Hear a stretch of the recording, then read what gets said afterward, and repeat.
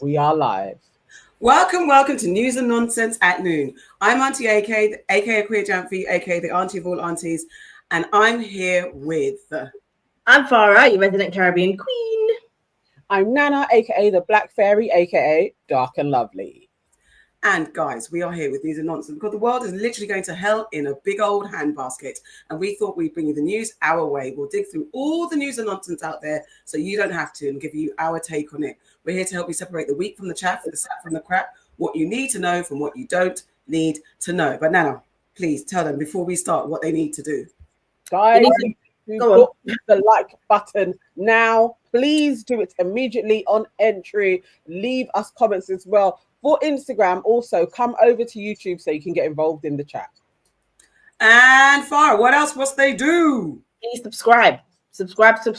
Join our membership as well. Like, our membership comes in 2 tiers. It's $1.99 if you just want to be a friend and just support us nicely as the friends do.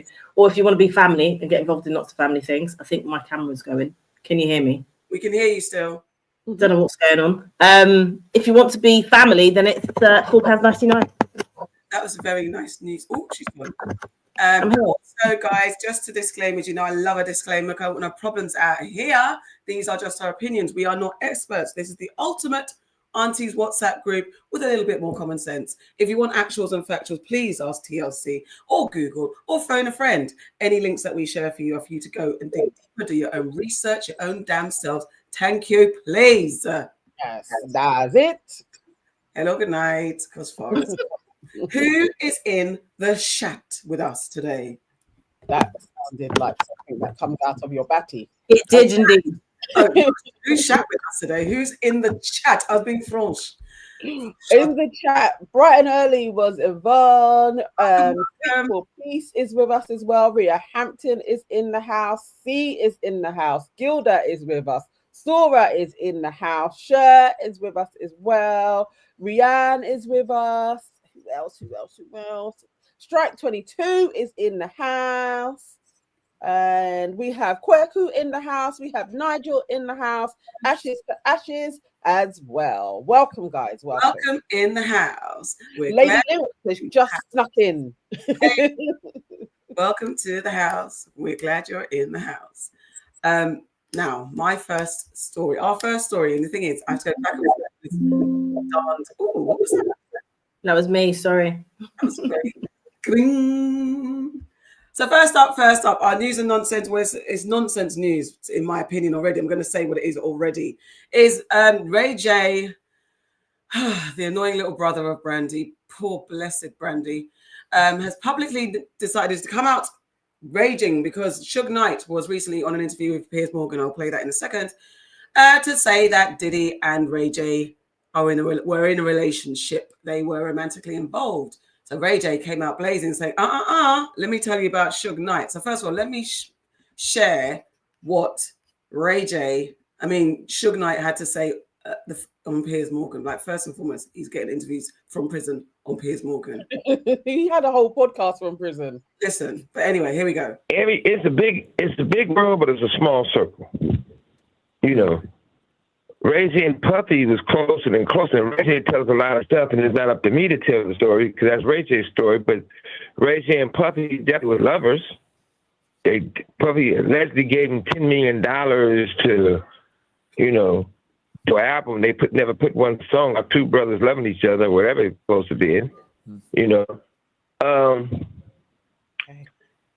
It's just, to me, we have so much. If you look at all the bad things in hip hop, when it's all said and done, it comes from just to be clear, what I think you just said, Suge, you just said that Diddy and Reggie were lovers. Is that what you said? Ray J. I said Ray J and Puffy was lovers. Really? Yeah. Was that well known? Of course. but ultimately, Suge, do you believe that Diddy and or Snoop Dogg were directly involved in that shooting? I believe that I'm putting it to you like this. when you take Death Row, you take Bad Boy. Puffy and I was friends. When Puffy would come to LA, I could pick him up. Okay, it's too much. I thought you would just get to it quickly. But anyway. He doesn't actually answer that question directly, because I guess if he does, in effect, snitching, but he said what he said about Ray J and Puffy. So Ray J came back with, "Oh no, sir," and it's this is Ray J takes his time, gets into it. That we have to get the whole Ray J experience. Bro, that's on the dead homies. Bro, Ray J and Puffy are lovers, bro. Hey yo, what the fuck? That's what Suge trying to say. Wait a minute. Wait a minute. Yeah. Thank you, Ashley. Thank you. Let's go. Appreciate you. We love you. Thank you, Ashes to Ashes. Now back to our regular programming. Now, anyway, Suge's disappointed me. It let me know that Suge's a complete cunt. I never thought that I would publicly say that Suge's a cunt, because I've always had Suge's back, and I don't mean ass. Unbelievable, Suge. Like, for you to showcase how dirty and dark you are, and I've been supporting you even through the dark times, and now you want to, like, disrespect the GAYGENCY and say that I'm doing gay shit when you know I'm Pausing of our regular programming events. Woo!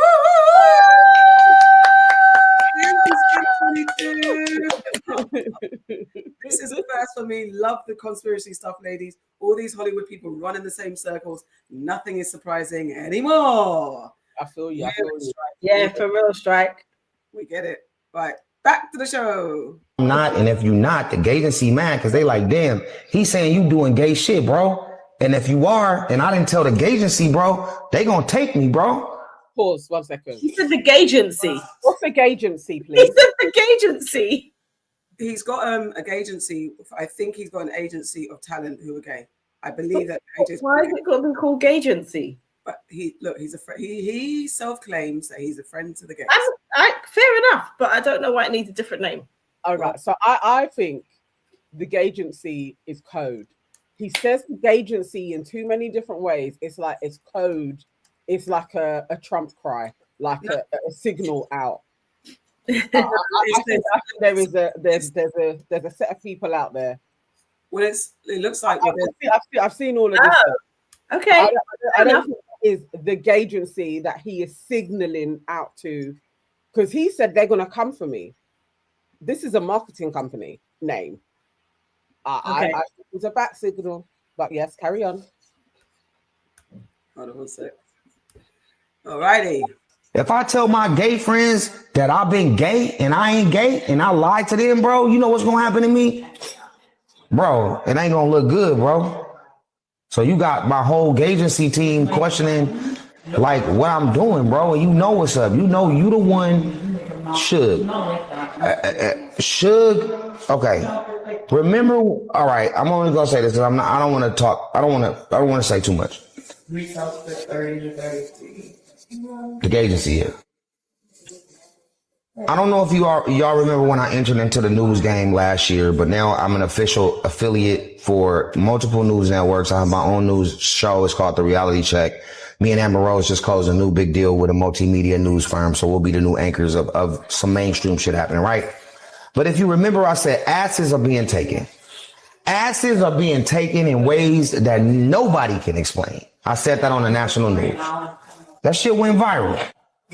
And guess what? Niggas thought I was talking about Diddy. That's why I got into it with his sons, because they come pressing me. I'm like, bro, mind y'all business. Y'all don't even know who I'm talking about. Nigga, I'm talking about Suge, bro. I'm talking about Suge taking niggas, not Diddy.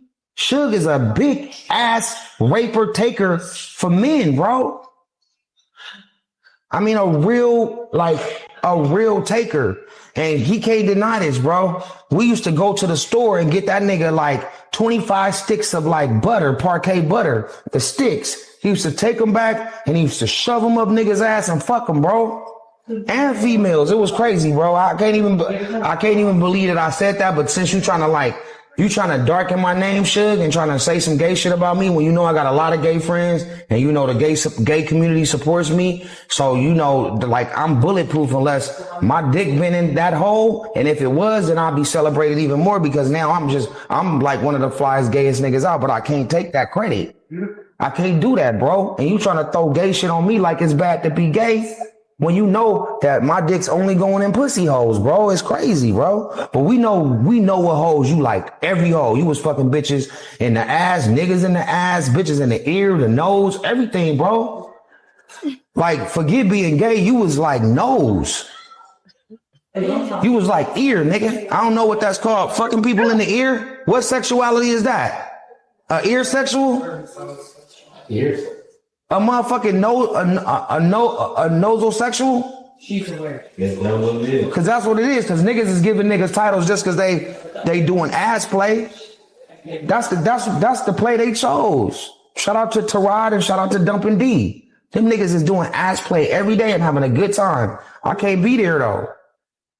Not because it's funky in there. Not because it's a funky room. Just because I'm not with that. You know what I'm saying? I don't know how funky the room get with niggas getting rammed in their ass with a cucumber. I hate when niggas send these gay comments to my shit acting like it's gonna make me mad because you calling me gay. Nigga, I got a lot of gay friends. When they see the gay comments come in, do they get excited? Probably. Do I get excited? No, I chuckle. But if you ever disrespect me in front of my gay friends, I can't help you, bro. Them niggas will take you, bro. Like Suge took niggas. Suge, like, yo, and I'm gonna say this one thing and I'm gonna stop, right? And then I want y'all to clip this. Suge used to take niggas, right? I used to go upstairs. Like, I don't know if you saw Pulp Fiction, but when Ving Rhames, they tied the nigga up, they had the ball in the nigga mouth, they had him in the chair, and then the nigga came down, right? That's the kind of shit Suge did to niggas. And you know, it's crazy because Suge had this other thing, it's called handlebars. He used to strap it on to the nigga, and then they got the handlebars like you riding on the bike. Think about it, like a waist trainer, and then the handlebars on the side. Then he used to grab the handlebars and then take the niggas, bro. Like, we'll be right back. More Suge Knight. You are not my friend. You're not my family. You have disrespected the gay community. You disrespected me by saying false stories, and I'm gonna just tell the truth, bro. I've never seen a bigger homosexual than Suge Knight. He is an ass lover.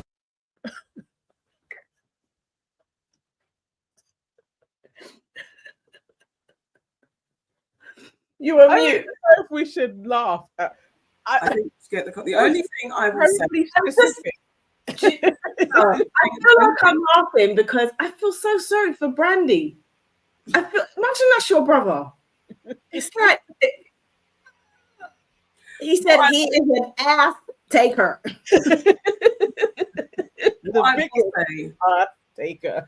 What I will say is it's unfortunate it's packaged in this Ray J character that what he's saying, which a lot more we wish a lot more men or black men in the public eye would be like, I'm not going to stand for you calling me gay and taking me out, calling out my name, and I've got gay friends and all of that. That advocacy, is the only thing I appreciate in this rant. I mean, if he's telling the truth about Suge, then this is also, I guess, okay, fair dudes. I mean, the way he's saying it is not great. No, but we also know that there is a weird relationship between terrorizing and taking someone's manhood when it comes to the criminal aspects of the world, where there are men who will present as straight, alpha, all of that, but will have no holds barred as to take another man's manhood by way of degrading them. But then you're the one who's executing these kind of punishments, and it was the handlebars thing and all these type of things. So we see it in a lot of rap lyrics. They go for graping men or degrading men in a way that takes away their manhood. That is something that's always said and done. So it's very interesting, this relationship that hip hop especially has with being gay, homosexuality, and then their own obscene homophobia. But delivered by Ray J, it's hard. In response also to Suge Knight seemingly outing Ray J and Diddy as being lovers that everybody knew about. Yeah. Which I don't know, that tea is new to me. Like of all the rappers that were out there, I hadn't put Ray J and Diddy. It was always like Meek Mills. So I don't know where Suge pulled that out from. And then Ray J coming back with this. You know when it's like jokes masking a lot of what's going on. That's how it feels. Oh, we got more. We got more. We got more. Thank you, Gertrude. Thank you. Continue to do good work. Thank you. Speaking about Suge, though, the man is in jail for 28 years for a hit and run. It was murder and they changed it to manslaughter, right? Yeah. Why is he getting interviews? Why is anybody taking him seriously? You killed someone and drove away. Yeah. Like, you have to stop talking, though. That's what I mean. Why is anybody taking this man seriously? Like he is the authority of truth, you know? And he's going to talk about Puffy in terms of truth and everybody else. You've done some shit too. People know that Suge Knight has done some shit. And also fingers have been pointed at him about Tupac as well. Because Tupac wanted to get out of his deal with Suge and he was trying to get out of his deal. And then all of a sudden, man's dead. You didn't get shot. You was in the same car. You didn't get shot. Yes, yes. So there is something to Suge is always talking. He's always spilling tea. And I guess as it's gone along, it's like a lot of what he said has been proved true. So I don't know. And I feel like the fact that Ray J like jumped out immediately as soon as this came, like people have said some shit about Ray J as well, but he seemed to really be pressed by this. I don't know if this isn't true. I am like, it could be. What do you mean isn't true? The Ray J thing or what Ray J saying about Suge? Ray J and Diddy doing stuff. It could be true, but I feel like what he's saying about Suge is true too. Okay, I mean, Suge it's hard to not believe that because he presents as that guy that will take you whichever way just to make you know that he's a boss. So what Ray J is alleging about Suge Knight, I could be inclined to believe those alleged allegations. However, when it comes to Ray J and Diddy, do we need to be in this group chat? Does it matter? It's interesting tea, I guess, but then why do we need to? Why are you guys throwing shots and always at the expense of the LGBTQ community? Like again, being undermined, degraded, and disrespect, using their way of true life as a disrespect. That's the problem in all of this. That's a fraction of truth. To me, there just feels like there is a fraction of truth to it. The quick of like, so you call me gay, I'm calling you the gayest. I think some shit has been going on. I mean, honestly, can we get some comments? Because goodness. Okay, all right, let me scroll through. Will Smith says, no, AK, let's not give this a serious take. It's nonsense. Multi-hyphenated troll Ray J shouldn't be listened to. Creme Brulee says, Ray J is a mess, and I think he has some shady tapes himself. Yeah, I think so. Yeah. And Creme Brulee also says, Suge is well connected in hip hop. He knows everybody. He does. People tell him things. I did for a minute listen to his podcast Collect Cool just for the old stories that he would share. They were interesting, like just in terms of like hip hop history. But still, you've got to take it with a pinch of salt because that's through his lens and he could be lying. What we do know for that he's brutal. He brutalized people. He beat people up. He almost killed a few people, allegedly. So, yeah, he's a one. Yes, Christian Jane, absolutely leave us queers out of it, please. So to everybody in the LGBTQ community, I'm not even going to apologize on their behalf. We are allies. We are not advocating for these stupid to use your lifestyle, your way of being as a disrespect. That's very very out of order. Oh, you know what? Nigel just said something so spot on. Suge Knight is the Wendy Williams of male jail. Now that is absolutely fact. Yeah. Let's move on to another celebrity industry story. And actually, we need to get a Diddy update from you, Nana. But something that came in. Roc Nation CEO Desiree Perez denies daughter's detainment lawsuit claims. Desiree Perez, CEO of Roc Nation, is facing a lawsuit from her daughter, Demoree Hadley, who alleges she was wrongfully detained under Florida mental health laws. Hadley claimed Perez used her influence and resources to have her institutionalized without legitimate cause. Perez denies the accusations and has filed a separate legal case of her own. There's a little video on it.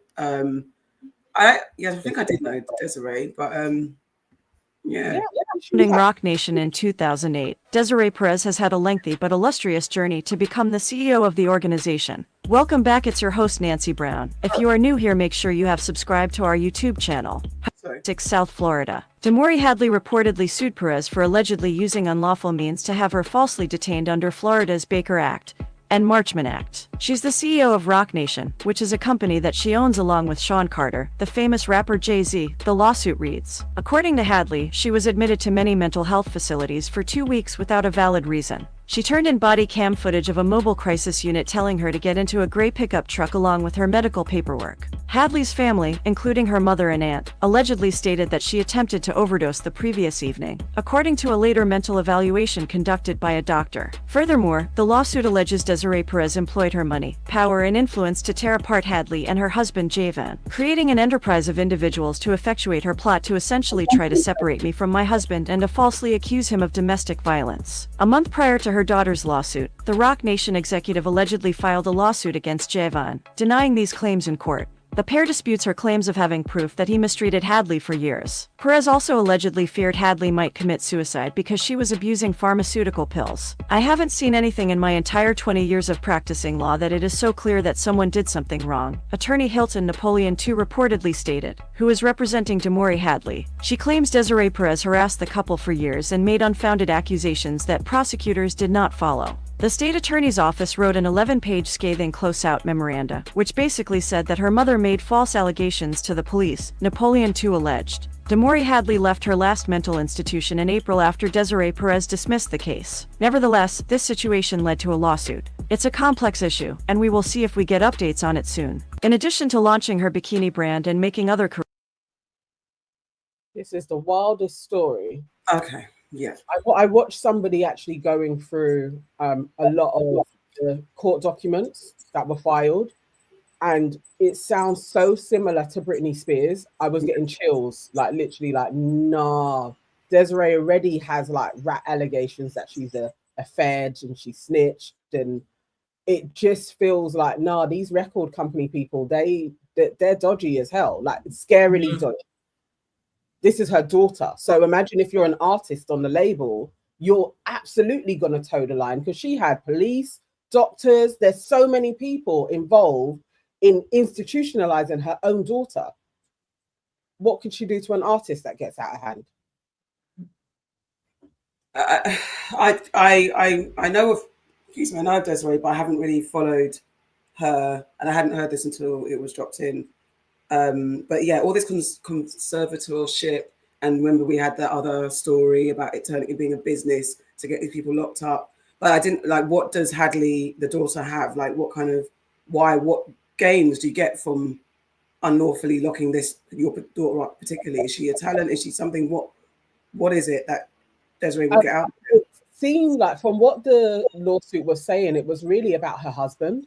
Okay. That she didn't want them to be in a relationship. So as soon as they started being together, she had a job at Roc Nation that got sabotaged, like as a punishment for going with him. Then she kind of cut her mum off, and then it just seemed to escalate from there, like to try and separate them. She doesn't do any drugs whatsoever, and luckily for her that she doesn't. But she was still able to get a doctor to say she does do drugs and she is suicidal, who had the whole institution. So he owns the facility as well. And she was placed in that facility, and it was other people that were there that were saying, this woman shouldn't be medicated. She's not suicidal. She's compos mentis. So it was staff that went against the director of it, who was being paid by her mum to keep her in there. But the police were involved in this as well, in trying to arrest the husband. Like, it's such a detailed lawsuit. It could be a film. It's like tracking her phone, all manner of stuff. But then phone calls, calling her mad, saying she's on pills. Like it sounds a bit like Britney Spears. But then what's so it's control, isn't it? Like it's not necessarily that she's trying to get her to sign a deal or to take her money. It just seems like she's a very controlling woman to, you know, to do this to your child. Like Nana said, if you're doing this to your child because you just don't like their partner or you want to remain in control of their life, what are you doing outside of that? Do you know what? I guess what I'm so stuck on is like, what's your problem? Like, let your child, unless the husband, you see abuse, violence, and stuff like that. Maybe she's just a bitch. Maybe some parents, not all parents are good parents. That's what maybe she's just a bitch of a parent. That's and what she doesn't like the fact that her child is standing on her own 2 feet and moving away from her. But so that's she's okay.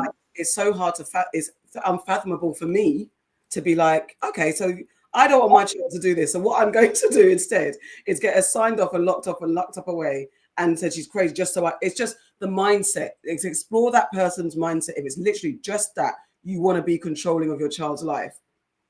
Or does your daughter know something? Was she going to say something? What the hell is it that will motivate you to want to go to those extreme lengths to keep your child locked up? The thing that you birthed, carried for 9 months and birthed. And that's what you want to do to them. That's where I'm thinking precisely that. It's all of those. It's you seeing your child as your possession. Mm-hmm. So how dare she have the tenacity to even think that she can get away from me? Like she was really, and this is just 2 years ago. She was trying to get her under a guardianship. That at 30 years old, college graduate, married, has her own place. This person can't look after herself, and her husband is abusive. And there's no claims. The police are going to their house, basically harassing them. And they're like, there has been no violence here. I'm not in danger. I have sound mind. I don't take anything. They were refusing to do a hair strand test on her to prove that she didn't have drugs in her system.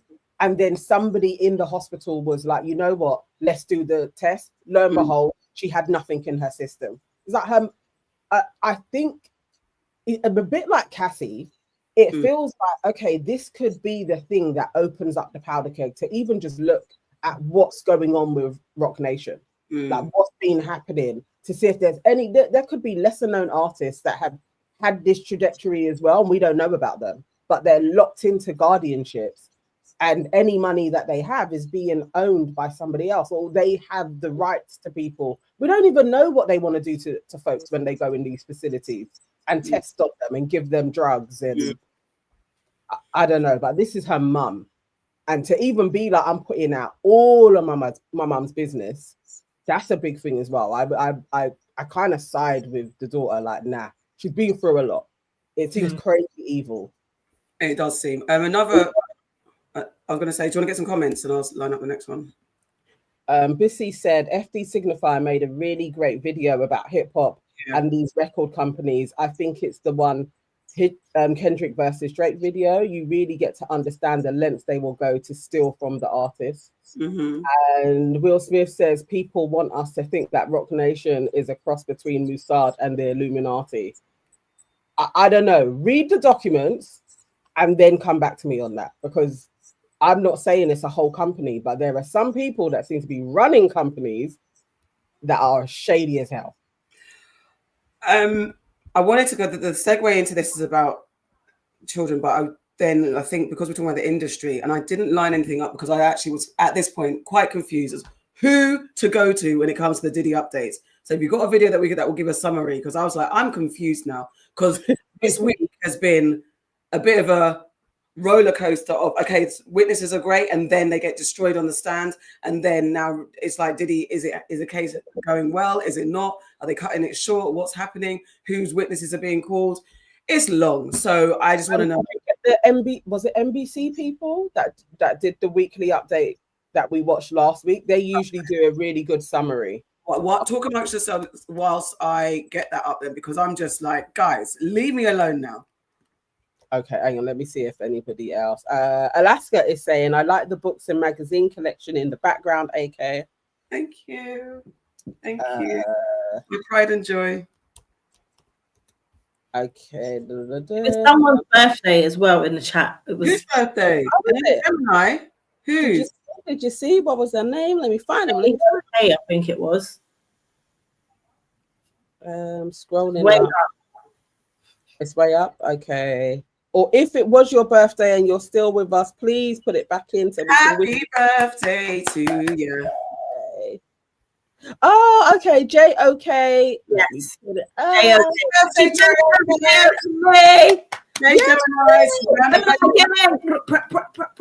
Gemini time everywhere I go. Okay, so this week, and you're turning 45. I am turning 45. How many weeks have I got? 2 weeks, I think. 2 weeks. No, yeah. Oh, it's done. Yeah, in 12 days, because it's the first of the month. So in 12 days, I will be turning 45 as well. Guys, can I reach out to my community of Scorpios who are surrounded by Geminis? Just everywhere I go, I have a Gemini in my armpit, in my left tit, in my left ear. But you surround yourself with us. I know, I am. You notice that you gravitate to us. Remember, I'm the chocolate in the middle. That's all I'm saying. I'm your chocolate in the middle of a Gemini sandwich. But yeah, strike 45 is a great year as well. You're gonna have you have a great time. Strike 22, you're so obsessed with this untold poster. It's not even that deep. He's so obsessed with it. This is the only I've got 3 days. 3 days ago, NBC judge rules. So tonight, Smokey Sky still sorry. I think that's the latest one on Diddy, and I feel like that's kind of old news, but let's go to it anyway. Okay, let's see. Was it NBC? I can't even remember which one. Was it NBC? I think it was NBC, but it was just this is only about the mistrial. That's been said and done. You've got 4 days ago, Diddy's assistant that testified, cross-examined. So let's go maybe NBC News. Okay, let's see this one. All right, so let's see. Well, let's give this first. NBC the ex-assistant testified, and then go to cross-examine. Let's try it like that. Okay, so for explosive testing. 1 sec. Let me get it up larger. So with the Diddy update, so who else? Who's testified so far? Then I just feel it all. Okay, so it's been the stylist for Cassie. His name is Dante. Yeah, we've had Capricorn Clark as well. There was the arson investigator. Okay. That just as an official. I always find the official guy's testimonies really dry, so we don't even need to focus on that. And then I would say it's Capricorn Clark, Dante, and then the person who is being named Mia. They have been the big 3 witnesses that have pushed the case along in some regards, or some people think Mia has held the case back in some way because her credibility is being questioned, and she has been doxxed as well, which I think is a huge shame. But her name is floating around out there. We ain't got to share it, but if anybody wants to know, you can find it on Twitter. It's there. Okay. So this is based on Mia's testimony. No, I think this is Capricorn Clark. She is the ex-assistant who said that she was kidnapped. Okay, we want to go to Mia's testimony. I think Capricorn Clark has been spoken out. Mia. Farrah, have you been up to date on it? Did you know about Capricorn Clark from before? I didn't actually know who she was or anything. I had no idea that she was like known in the industry and had been so heavily blackballed. It didn't fit in my world at all. No, I didn't know either. All right, let's. There's a woman called I'm Not a Lawyer, but after of it as well. I was trying to go without the opinion. Yeah, I've watched I'm Not a Lawyer as well. I was trying to get the opinion-less perspective. But the news rundown. I would have looked where you had the same ones as me for 2 weeks in a row. I didn't bother going finding it this week. Yeah, so I was just like, I'm overwhelmed. But anyway, this is this is Capricorn Clark again, isn't it? Then if it's a personal assistant, because Mia was a personal woman assistant. Here. This is why it's not fair. She isn't supposed to be. I don't think if she's saying I don't want people to know who I am, just because you didn't draw her face, giving us her hair color is basically letting us know who she is. Yeah, they've been saying that illustration is unnecessary, but she's out there. This is Mia. This is Mia. I understand. A former personal assistant to Sean Diddy Combs described through tears how he repeatedly sexually assaulted her. Today, the woman testifying under the pseudonym Mia was back on the stand. Combs' defense attorney Brian Steele grilling Mia and showing the jury more than a dozen effusive social media posts where she called Combs her mentor and said that she loved him. Steele asking Mia, "You're calling the person who assaulted you your mentor?" Mia responding, "Yes." Mia later testifying, Instagram was to show how great your life is, even if it wasn't true, and I didn't want my family and friends to know the misery I was in. Steele also asking her about a scrapbook and card she gave to Combs for his 45th birthday. Steele reading the card in court. I hope it reminds you of when this world made your eyes light up, she wrote. I love you forever. That's a loving card, Steele said. Mia replying, I'm a loving person. The person who sexually abused you, Steele asked. Mia responding, yes. The defense's job is to try to attack this witness's credibility. Earlier in the day, Mia testifying about the conditions during the 8 years she worked for Combs. She said at one point he threatened to kill me. But during cross-examination, Steele presented a text Mia sent after she was ultimately let go. I'm going to kill myself. My life is over, she wrote. I'm so heartbroken, I can't breathe. Combs has pled not guilty to all charges. President Trump today asked if he would consider pardoning Combs if he's found guilty. I would certainly look at the facts. If I think somebody was mistreated, whether they like me or don't like me, it wouldn't have any impact on me. Lester, we're expecting Mia back on the stand on Monday, and then we're going to be hearing from a hotel custodian and then a forensic video expert. Thanks for watching. Stay updated about breaking news and top stories on the about the cross-examination and the questions that they're asking. It's like they forget what happens when you're a victim of something. You don't just automatically switch off and be like, or not, don't have any involvement in that person, because it's a complicated relationship, isn't it? Anyone that's been abused, you have a complicated relationship with your abuser. It takes time and therapy and lots of work on yourself to actually turn around and be like, this person was an abuser. I don't actually want to have anything to do with them again. And then, she said on the stand that when she wanted to leave previously, he threatened to blackball her and would tell employees that you're never going to work again. So what are you going to do? You're never going to work again. He said that. He's abusing you whilst you're there. Most people who are being abused want to pacify the abuser to make their life a little bit easier. So therefore, they do things to please them. It's not unknown. I obviously understand the defense has to say certain things, but it shouldn't affect what people think of her credibility. Because if he's an abuser, you're going to sometimes be like, I'm trying to just keep the peace. Yeah. I don't know why this has been so hard for folks to understand, but I'm truly surprised at the amount of people who I thought were intelligent and would be able to see this quite clearly for what it is. From her testimony with the prosecution actually going through everything that had taken place and her talking about, it was two people that she mentioned, Capricorn Clark as well, and another staff member who went up against Diddy, especially where it came to Cassie and were like advocating for Cassie, and lost their jobs and didn't have a job again. So it's like this, you would be able to see, she's witnessed this. She's his right hand. She knows what he said to flipping HR that got them their jobs destroyed and what he puts out there. She's around him all the time. There was times where she couldn't leave rooms, where he would be like, you can't go anywhere. Like, you have to be here. You can't lock your door. She didn't sleep for 5 days. Sleep deprived. You're scared, and you would be like, if I do altruistic, really nice things for him on Insta, on socials, I may get an easy ride next week or the next month. Like, I think this is all very easy ABC steps, really. It's not like, oh my God, no, she's a liar. Why would she be lying? I think have proof of the sexual assault. I get that.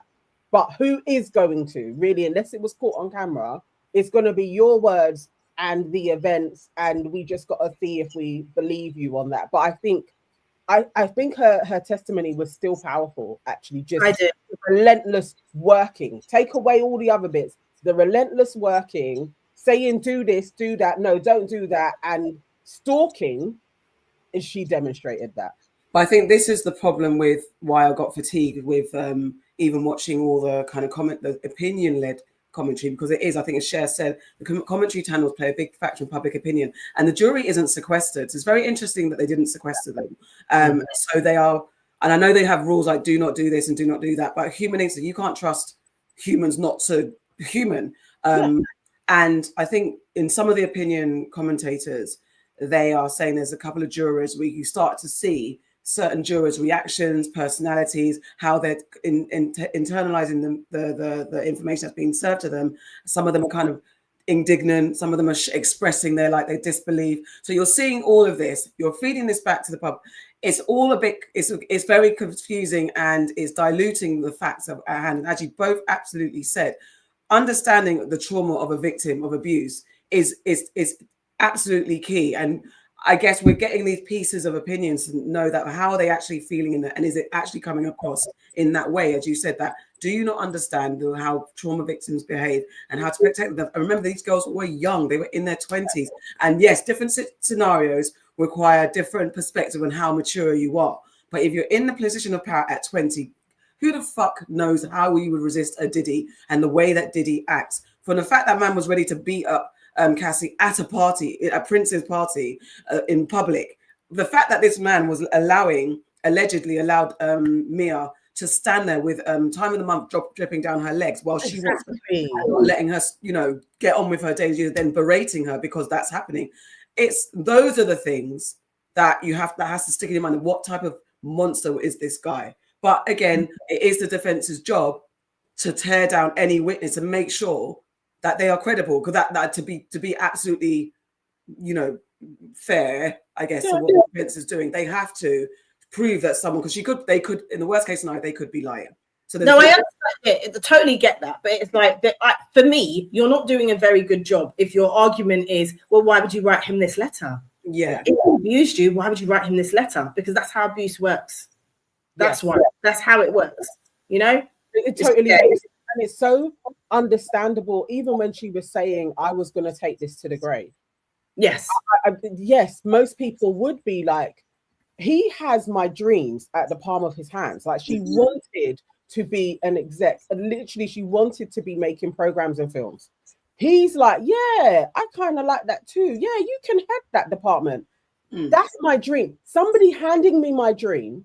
At 20 and they are giving me nightmares as well. But I'm going to have my dream. You're going to be sticking it out to the point where I'm going to get big enough where, not to say I'm going to be on the same level as Diddy, but I'm going to get up high enough where he can't do that to me anymore.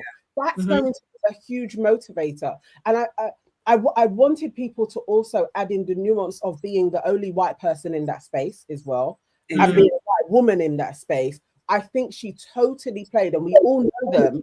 I am absolutely nice.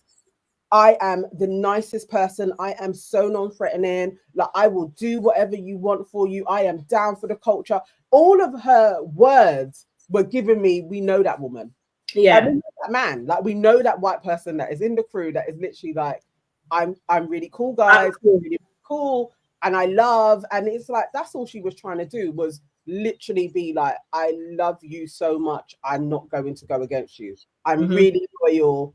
You don't need to hurt me type of vibe was what I was getting from her. I was like, yeah.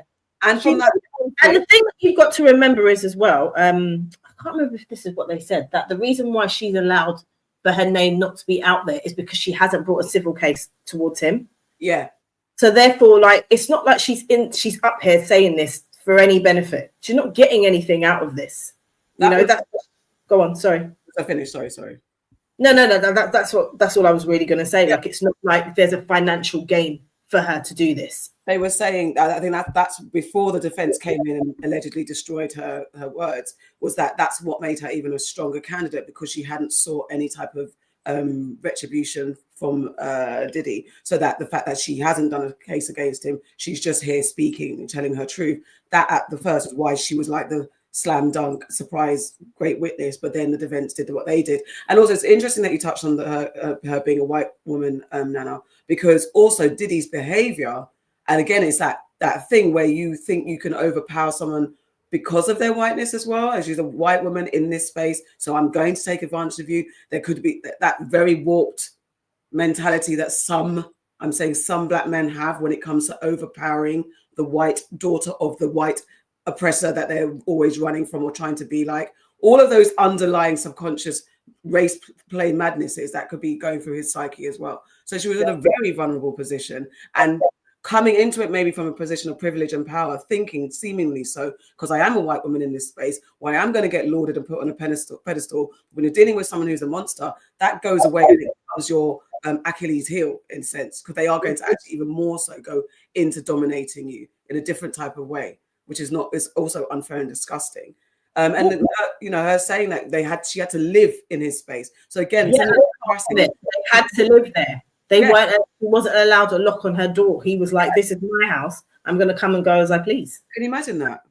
Crumbs. It's so scary. Crumbs. But he seemed to do that with everybody and their phones.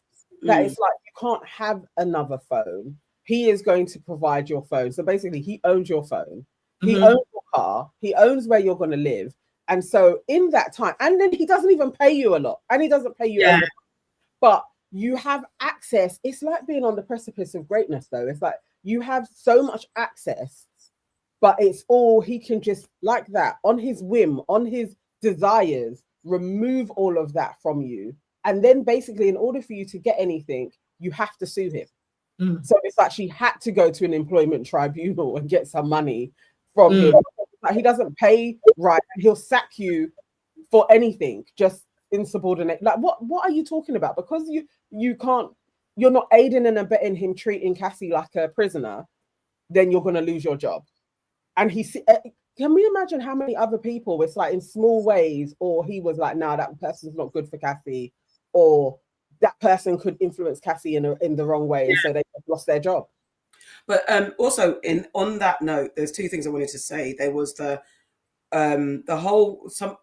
opinion that I appreciated was that the reason what needs to be really break through the perspective of the jury is that we have this thing when we look from the outside looking in, that the industry is tough, that it has to be tough, that you have to be able to withstand it. So that's like the Making a Band, Pop Idol, the talent shows, when you're a ballerina and they break you and then they build you up like Black Swan, the film. And then also Devil Wears Prada glorifies the bitch boss or bad boss. And then you have to go through the trials of fire before you come out on the other end to see that you've learned so much and now you're great. So there's all of that. You have to actually say this is not normal. What has been normalized by the creative industry in industry and business, it is not normal. You don't have to have a wicked Devil Wears Prada boss in order to learn from the best, in the quotes, and then become a great person. That is not actually true, and that needs to be destroyed.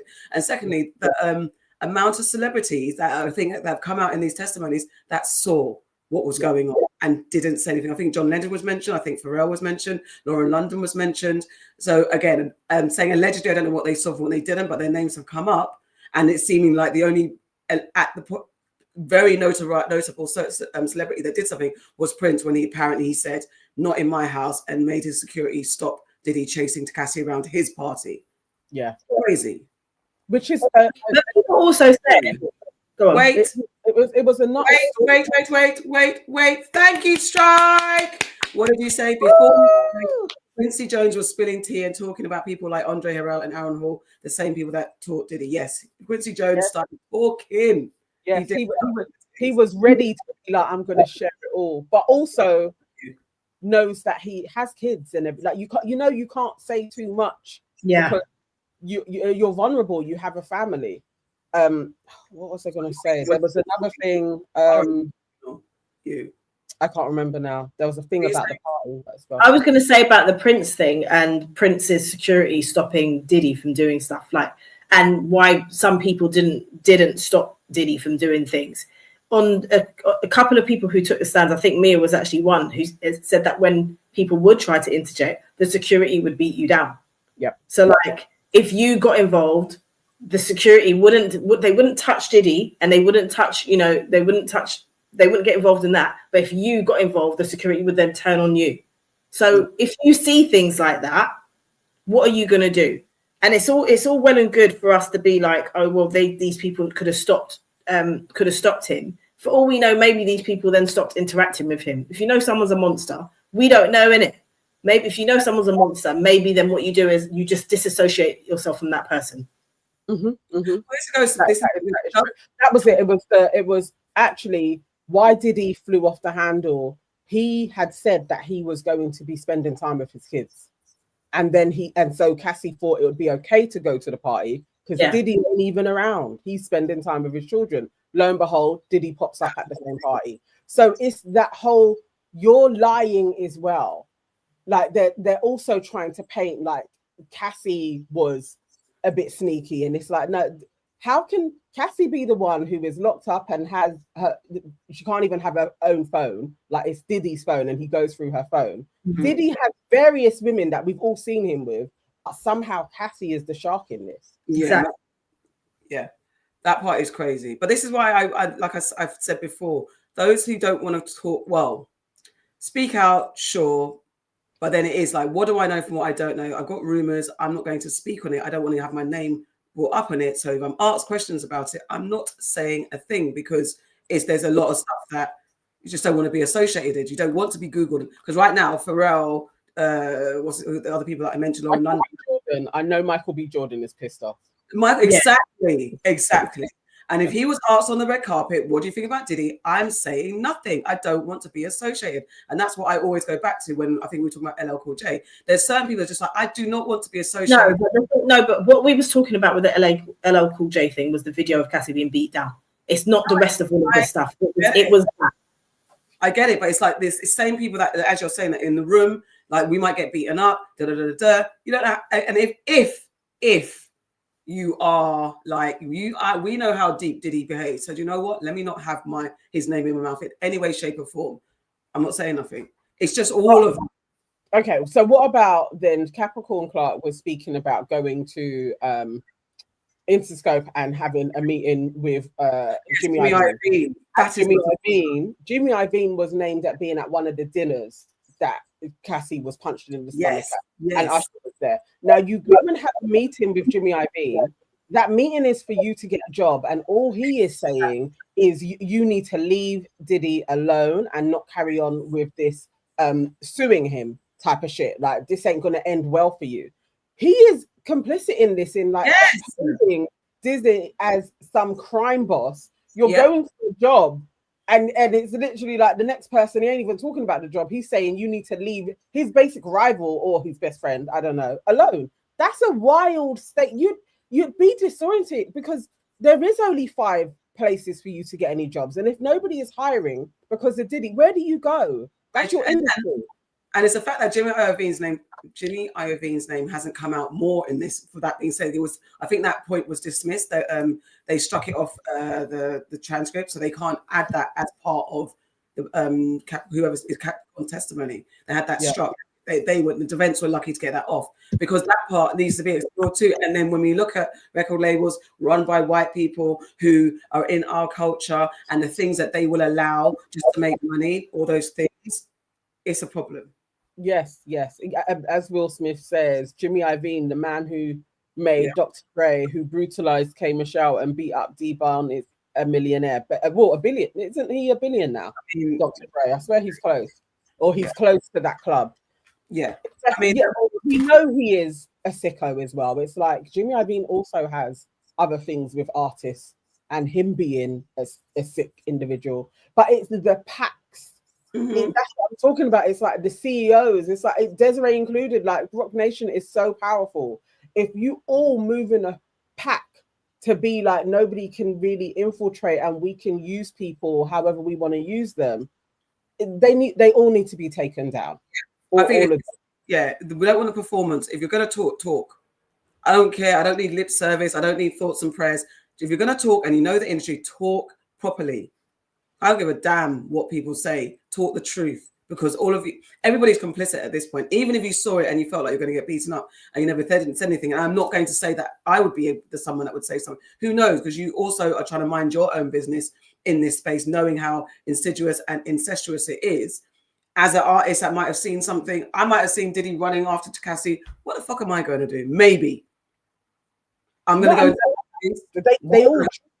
I feel like they all tried. Even Deontay, like jumping on Diddy's back, and I did absolutely love his testimony. All of the people that was reading it, I think Oman Wiggins did like a brilliant job in just encapsulating what he was like on the stand. But he was there, still trying to live his life, and Diddy was telling him not to go out places. What? Thank you, John. The Diddy channel with all the celebs hobnobbing at 3 parties are on YouTube. Where are they now? Are they all gone? Are they all been scrubbed? You can find a few bits and pieces where, you know, folks are always recording whatever was uploaded on the celebrity's channel. Like, you can see more of that. But yeah, on his channel, it is very sanitized to painting Diddy as like a family guy. So most of the videos that he would do with the twins and his sons and dancing, selling Ciroc, that type of stuff is still on his channel. But the parties, yeah, they're gone. Sometimes you can find some blogs though, because at that time people were blogging. So all of the pictures and who was there. Yeah, they must have seen some stuff, because there's account of him punching her in a corner at a party. It's like people were seeing shit going People on. saw stuff. People absolutely saw stuff. But, you know, there's so many celebrities, unfortunately, that do that shit. People saw Russell Simmons do shit. People have seen stuff. Yeah, but it's whether or not they're talking about it. But what I did think personally about this week's the people that were on the stand, I think it cemented more of the RICO case. Because everyone was like, why are we talking about Cassie? This is domestic violence. Because they're setting the scene. And obviously, because the woman was about to give birth, she had to be first. But someone else was making a good point, because they were saying to be a RICO case, it needs more than one person. But if you notice that Diddy is called defendant number one. That's what they were saying. He's not the defendant. It's defendant number one. So there's obviously more people, and sometimes you don't necessarily know about it at this stage. So, you know, I really think the prosecution did a good job this week with kind of like building the foundations of why this is a RICO case and not just a regular old case. Yes, yeah. I think so. I think so. Like, everybody's labor laws most definitely seem to be corroborated and abused. So that in itself, that they're all working, is that they still, all of them, and then the security, D-Rock and Ruben being named numerous times, and Uncle Paulie in facilitating, you can't go here, we are coming for you, you need to go back, answer the phone to Diddy now. All of this stuff is basically, it's a racket. It's an enterprise. And then the buying various stuff under all of Diddy's business accounts. Like, he wasn't even clean enough to like siphon it through like his mum's accounts. Like, why are you doing like Bad Boy Records is purchasing this, Bad Boy Records is having this hotel? Like, you would think he would have been a little bit slicker. And this is the exposure that these guys think they're big mafia bad boy bosses, no pun intended. But yet you don't even know the list, you don't know the finer details. And it's not, I'm not advocating to, like, if you're going to do crime, do it great. But if you're going to do crime, really study the fucking game and watch the people that you're pretending to be like. Because everyone that's got Scarface at the top on their poster, Scarface died in a hail of bullets. Yeah, okay. But I think Diddy, and not even just him, I think a lot of these people really believe that they're untouchable. Yeah, because they've ingratiated themselves with, you know, people who aren't necessarily famous in the same sort of way, but they're powerful underground. So you don't know their names because they're in that world. They think that they are also untouchable. Yeah. And it's like, no. So, you know, there's certain things he's not going to do because it's like, well, who's going to come for me? Let's get some comments. Bissy was saying this for tax purposes. All the big crime is done via business accounts. Interesting. Joe says, Homeboy was talking about not throwing stones, laughing my ass off. He was hiding in plain sight. In regards to the interview with Chris Brown when he was defending having Chris Brown over after the Rihanna incident. All of those guys that were advocating for Rihanna to go back to Chris Brown, I think all of them, we need to start seeing them all with fresh eyes as well. But also, who was it that was? Somebody said, I can't remember what I was watching now, but they were like, Fat Joe could be next. Oh, I know that Big Pun. I swear that Big Pun had alleged domestic violence. He was an abuser. It's well known. He was was he? He was a heinous abuser to his wife. Heinous. Yeah, awful. Oh. So, Sleep for Peace says we haven't talked much about the police in the trial because obviously they were turning a blind eye, and he had people on his payroll. That's allegedly they had police officials on his payroll, and that's it. You got a few people on your payroll, and you think you're moving like a big mob boss. It's just like delusions of grandeur. Like, come on. You know what was a big thing in the case that just pissed me off that it got sustained was the prints. actually on the arson container that didn't go off Cuddy's car. So when the arson guy is talking about the investigation of it, and literally the prints were sent off to the LAPD, and to be discarded. And I was literally like, why has that been sustained? No, that's important information. Why is it that this and he's saying I weren't even told about it, that it was going to be. That sounds like you have somebody on the inside. Most definitely. Like, how can we even get around that? I've sent prints off. He said he doesn't even usually get prints because it's arson usually, so there aren't any evidence like that. But I've managed to get partial prints. I send it to the labs, and then the information is destroyed. And he has got somebody on the inside where there is numerous accounts of people saying, Diddy would say, if anything happens to you, call for this dude on the LAPD and it will get raised. And sometimes, and then even Capricorn saying, it just speeding stuff. When you mention Diddy or they saw Diddy in the car, the police would just leave him alone. Yeah. Like fangirling or something. Absolutely. Yeah, he had various people. Absolutely.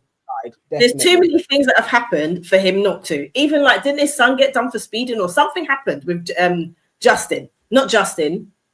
Justin. Not Christopher. What happened with Justin?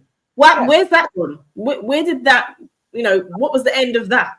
But we definitely have people on the inside. We definitely have that thing. That again, it's the Hollywood of it all, and the film world of it all, that we've all bought into this facade of or an assumption where we think we know what it's like to be in Hollywood. We assume that, once you're a certain level celebrity, you're going to get off. You've got the police in your pocket. You can just call up the police chief and say, so it's going to ruin my career, let's hide it. So we assume that already. So everyone falls into line. Everyone's just living that Hollywood movie stereotype. And roles. And it just doesn't make any sense, but that's what's been allowed and assumed. And every so often, the matrix glitches and someone gets pulled out of it back into reality. But I think what is important to understand with Diddy is that he has projected this Hollywood lifestyle. Yes. That's not him. Yeah. If you really look at who he surrounds himself with, like D-Rock, for example, who, where he's come from, what little we know about his dad and what his dad did and where his dad, yes, his mum pulled him out of that environment, but we don't really know what else he was up to. This for all we know, this is Diddy's lifestyle, and he's just got famous. There's so many famous people. Like John Gotti was a fucking mob boss, and he was out there doing fame. What's his name? Pablo Escobar. Him too. Like sometimes they get to a point, and I'm not saying Diddy's on their levels at all. I'm not saying that, but sometimes they get to a point where they feel like, well, I'm going to be famous. But it's that glorification of it, because also those mob bosses still get done.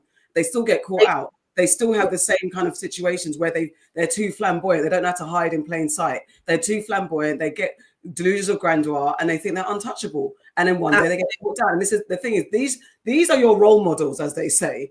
But these people, there may be one or two that might live their life, but usually at the end of the day, mob bosses die in a hail of bullets or behind bars. It happens. But that is the racket. That literally is the racket. But as people in the chat are saying, Strike 22 is like, wasn't the mayor of New York exposed as being a part of all this Diddy stuff? He is the guy that gave Diddy the key to the city. He is the one that they were trying to take down, and he had to do a deal with Trump to be pardoned because he was going to get locked up just last year as well. They're all in it together, and then you do have like the Perez, Desiree Perez, like that. She was a part of a drugs ring, bringing in lots of cocaine and did a deal, like literally mob boss level types of stuff. But now you're running Roc Nation, like they're all corrupt in so many different ways. It's like, no, I know Jay-Z is trying to do like, we weren't the two Seans, but you two were the two Seans at one stage. You were the two Seans. Everybody Diddy would say that the only person that calls me Sean is Sean. So let's come on. Don't try to everyone is calling him Sean as well. Dissociate yourself now. No, they're all connected in too much. that's that thing of like, I don't know, like bringing the crime to, like, you can't leave the crime alone. You've got to bring it into your business enterprise. That mentality is so weird, the glorification of what we glorify. Will Smith said that was the significance of the first witness hotel security testifying. Did he try to charm and bring him? That was the first witness. I think someone else said about Trump, surprise, surprise, Trump's involved or is talking. And it's true. Like, why is Trump even talking about Diddy? Like, shouldn't you be leading the country? You're talking about Diddy and saying if he's treated unfairly, even if he likes me or he doesn't like me, then I'll help him out. Like, whatever, innit? Trump will buy Diddy will buy Trump. Like, I don't think if they put Diddy in, like, let's say Diddy, I really do hope they jail him. But I think towards the end, like before they go, like Joe Biden did for his son, on Trump's exit, so Diddy may have done 4 years inside, then he would pardon him. So then he could. I do think I could see that happening for Diddy. And obviously, if you somehow siphon it into one of Diddy's businesses buys Trump's coins, and so you pay him 20 million that way, Trump will do that shit very easily. If he's selling citizenship for $5 million now, Diddy can buy that dude. That Diddy could buy his freedom. Definitely. I think. Oh God, I forgot what I was going to say.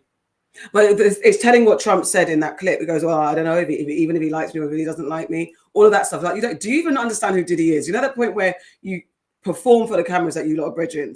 But the fact that Trump was like, if he likes me or he doesn't like me, we'll see. It is all about money. But he doesn't even really rate who you are. He doesn't even rate who you are. And welcome, Damien. She said, "DJ, thanks for being a moderator, and thank you, Yvonne, for doing your moderating as well. It's been quiet in the chat, so cool." Hang on, let me get some of Christian Jane's points. Christian Jane says, "I just hope that the people and the women getting involved with his sons in the future think twice. If the daddy is trifling, allegedly, the kids likely are too." You know what? Christian's girl is beautiful. Christian also has a case against him for very similar to Diddy, and they were around a lot, especially Justin. There's videos and Justin's in big people's parties and he is 13 years old, walking about. Like, he's had Justin around like a handbag. Yeah, properly. The sons, it's a bit scary. I know Misa is talking about I'm out here just to support my son, but I don't know. It's very sad what's happened to Justin, because Justin was he was doing so well in football, American football, and then it's just like Diddy got his to him, and it's like you're just doing this shit. Like, what are you actually doing? Yeah, exactly. What are you actually doing? Yes, Joe, in regards to Frank White, because that's how Biggie's character was. Like, Biggie characterized himself as Frank White. Biggie, Frank White was the Biggie name, so it's a bit weird that Diddy's even using it as a alias. It's what so he has Frank Black and Diddy has Frank, and both. He was using both of them. But even that is all of that. It's strange. They say allegedly Cassie's firstborn is called Frankie. Is that weird? No, it depends on who Frankie is to her. And what Frankie is. Somebody else.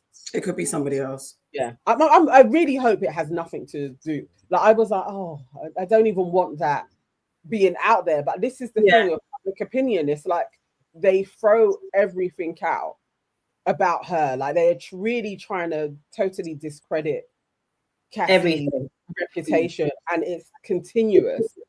Everybody that comes up that then says, I witnessed this taking place with Cassie, they still try and kind of paint her as some party girl that was just out here, that was like just doing her thing. And it's literally like, she couldn't even be in South Africa alone while you then parading Gina. You still had somebody that had to be with her. It's so weird. 22, and I think Joe said it. Yeah, we know. King of New York. We know. We know in our history, and that's what, because Biggie was the king of New York when it came to hip hop. That's the whole. Yes, that's why he got it. He took the name. Yeah, we got it. We know. All right, guys. So moving on to this story from coming out of South Africa. So Raquel Kelly Smith has been sentenced to life in prison alongside her boyfriend and another accomplice for the kidnapping and trafficking of her missing daughter, Jocelyn Smith. The 6-year-old girl has not been found since her disappearance in February 2024. I don't even understand, but here we go. anguish, grief, and a deep sense of betrayal today, as Judge Nathan Erasmus delivered a life sentence to the mother of missing 6-year-old Jocelyn Smith, along with her 2 co-accused. Kelly Smith, her boyfriend Jack Annapolis, and their friend Stefano Van Rhyn were all sentenced to life in prison for human trafficking, and an additional 10 years for kidnapping, a sentence that will run concurrently. Jocelyn vanished from her home in Saldana Bay last year, sparking a massive manhunt and an outpouring of public emotion across the nation. On the human trafficking charge, you are sentenced to life imprisonment. On the kidnapping charge, you are sentenced to 10 years imprisonment. Because I've imposed life imprisonment, there is no need for me to rule on the concurrency of the sentences, because by operation of law, it will be served concurrently. Today's sentencing may have brought legal closure, but it could not fill the aching void left by a child who still has not been found. Judge Erasmus made it clear no distinction would be drawn between the roles of the accused. The justice system has treated them all equally complicit in a crime that has horrified the country. According to witness testimony, Kelly Smith allegedly sold her daughter to a Sangoma, a traditional healer, for 20,000 Rand, claiming the child was wanted for her eyes and skin. The court proceedings coincided with South Africa's Child Protection Week. Outside, the streets were filled with picketing community members, holding banners and chanting, "Where is Jocelyn?" Many wore shirts bearing her face, pleading for her safe return. Emotions ran high as Jocelyn's grandmother, Amanda Daniels, embraced tearful supporters. The director of public prosecutions, Nicolette Bell, praised the sentence. We are very happy about the sentence.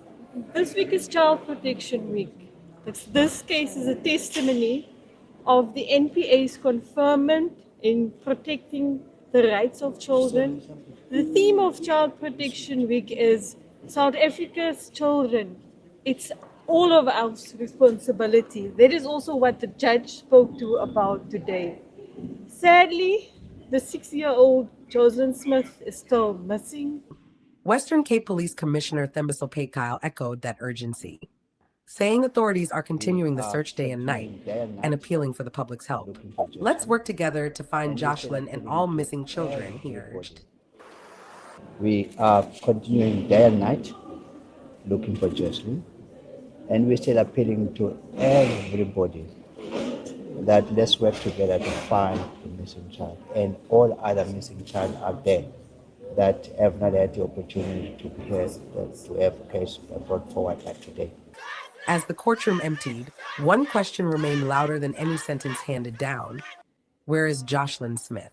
That haunting silence continues to grip a nation still searching for answers, and for a little girl who was never meant to be forgotten. A South African courtroom was filled with weirdest story ever. Like, just so I get it that it seems like her mum and boyfriend were on drugs. She hasn't said who the Sangoma is. She won't name that. I just don't know if I believe the totality of this story. If they didn't just do something to this child and added in the layer of we sold the child to the Sangoma. I don't know, because why would you not just say this is who we sold her to? I find it strange. I mean, they're honed in on her, if it was true that her being sold for her light eyes and skin, which is already is wild. I don't even, yeah, I think you're right. Like, where are we going with this story, and what happened? Is there more to it? And they couldn't get to the bottom of it, so they've just been sentenced. I don't know if this was in a Western court, what else would have been dug out, what kind of information would have been looked for. Very odd. I think it's factual. Like, there's evidence online to suggest this is very rampant, especially in the poorer scales of the coloured community, where their skin tone and eyes and everything else are fetishized. So it's like, even the same with their name has gone out of my head. I can see them. You know, the lighter ones. they people always go after them. Albinos. Albinos, yes, Oh. albinos as well. That they can be sold off for these dark kind of rituals that they do, apparently. So there's that as a story. But if you did sell her to somebody, would you not just say, I sold her to this person?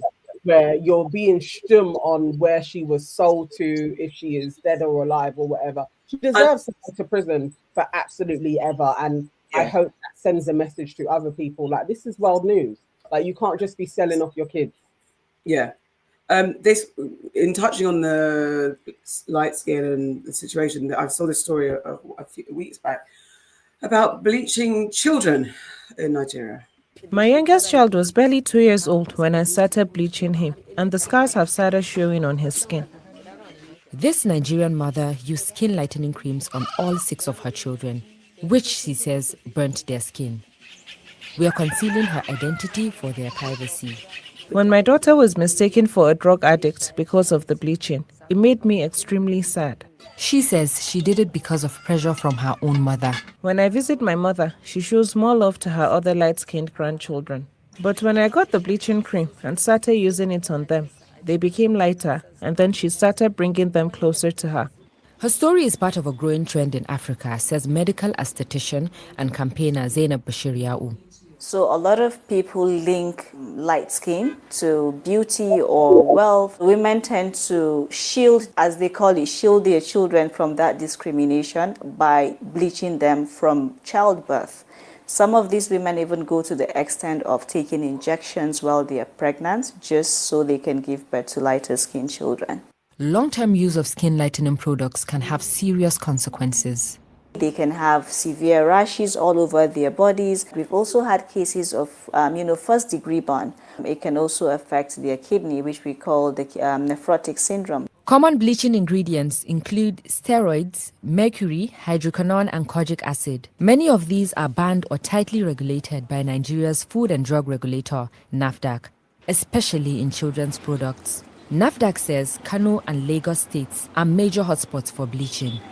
Despite tight regulations, these bleaching creams are still easily accessible. For example, in this supermarket in Kano State, when I picked up one of the creams that says baby bleaching cream, I noticed that many of the ingredients here are illegal substances. I met one mother in the market buying bleaching creams for her kids, despite her own hands being discolored by them. Parents used to come and buy their babies' creams that will make them look radiant, shiny, and glow. Many shopkeepers here, who were not identifying for their safety, mixed their own creams from raw ingredients. It wasn't clear how precisely they were measuring the bleaching chemicals. We decide the percentage depending on what the customers want. Some want full tablespoon, then sometimes we use baby teaspoon. Some sellers I spoke to admitted they were not aware of all the NAFDAC rules. Kojic acid, level. NAFDAC has regulated the use of kojic acid. You can now only use a certain percentage. Did you know that? No, I didn't. But now that you've told me about it, now I know.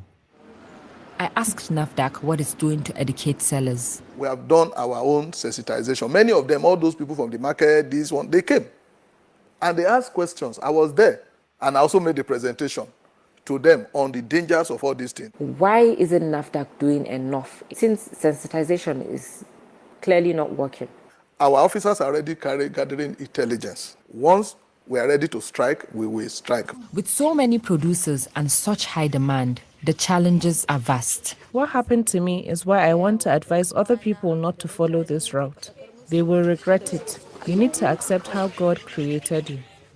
For this message to be heard, it needs to break through deeply entrenched views on skin color. Until it does, the health of many children may yet be put at risk. Madina Meshanu. Before we get into it, thank you so much, Casey. Thank you, Casey. Thank you very much. I mean, I didn't want to celebrate in that moment because it's just the levels of. It's just distressing. I can't believe that you can go and there is a bottle that literally says baby bleaching cream there. Is this where we are? I can't. I've got no fucking words. And not only is there a bottle that says baby bleaching cream, but you can go to the pharmacist or the shopkeeper and say, can you mix me up some? And he mixes it for you in a bag. And you take that and you put it on your... Like, I just don't... It's like you said, Nana, is this where we are? In one part of Africa, you're selling a kid because of their lightness. And then in another part of Africa, you're bleaching them from birth, from childbirth. Do you know what that does to their insides? It's so dangerous. Taking injections and things like that, they would come out like what? I'm again. So who did this? And then they start telling their brethren like, this is what I'm doing. Like I'm injecting myself with what's the substance even? And then the baby that I'm gonna have is gonna be lighter skinned, or if not, then I'm gonna put bleaching creams on them. You can go into Upton Park now, and I will see an older African woman who has those dark bleach, the matted black that happens on their cheeks. So do you not think like that's using the creams for years and years and years? If you're going to put that on a child, what do they grow up and look like? Exactly. Like, and it's abuse. But it's abuse as well, because that child hasn't asked to do that. Like, bleaching is wrong in general, right? It is wrong. But for you to do that, you're taking away from your child's natural fucking color. You're going to start bleaching them. And also, just to then, though we know this is not just a remote village thing, but I think the people that they focused on were in a maybe a remote area, and it's the disinformation that's being trickled down. So even to see the billboards and see that even places like back home, whether in the Caribbean or Africa, that back home, even where the land of blackness is, you're seeing elevated on billboards, people of lighter skin. So if you are driving past from your village or whatever, and you know you can just go to the local someone to mix something up for you, because what you believe is that maybe, just maybe, to pull us out of poverty, maybe, just maybe, my baby gets a better chance in this world if they're lighter. So there's lots of disinformation that gets spread out. And then on top of that, you've got the grandmother who's treating the children different. So that's your matriarchal power system, your power structure, where the matriarch is there saying, giving attention to that baby because that baby is different from that baby. And then when that baby becomes more like that baby, you then start seeing more affection. We've heard it before that sometimes it's the mother's in the house, the grandmother's in the house. Someone said it in the chat though, white supremacy, because that's really what it is. Because it's not just, let's be honest, yeah, this isn't just a black problem. Like, it happens in Asian communities as well. And it's because of white supremacy. This is they have fed the idea that the lighter, the brighter, the better. They fucking fed that idea. So it's in us. You know, not it's been down. You're not lying. You're not lying. It's fucking awful. It's so infuriating that in 2025 this is still happening. It is. It is a literal disease. It is. It's a parasite. It's just the levels of how it can feed in lots of different ways, and it's not mythical though. Like when you were saying about the billboards, it is factual. You will see in banks. I say mythical. I didn't mean. I say mythical. No, I'm talking about that is where lighter skinned people are. To increase, like it's because it is an institution. They have to keep it going. So there is definitely a realistic penance to, like, if you are darker, yes, your treatment and your job prospects are lower. So I understand just the sheer want of survival, that my child is lighter, they're probably going to have a better prospect of a husband with more money or a job that pays them more.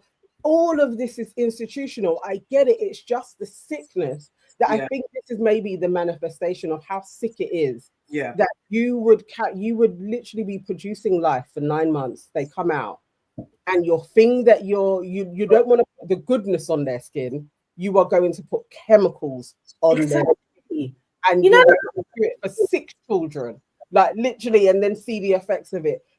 It's a parasite. It's a madness. It is.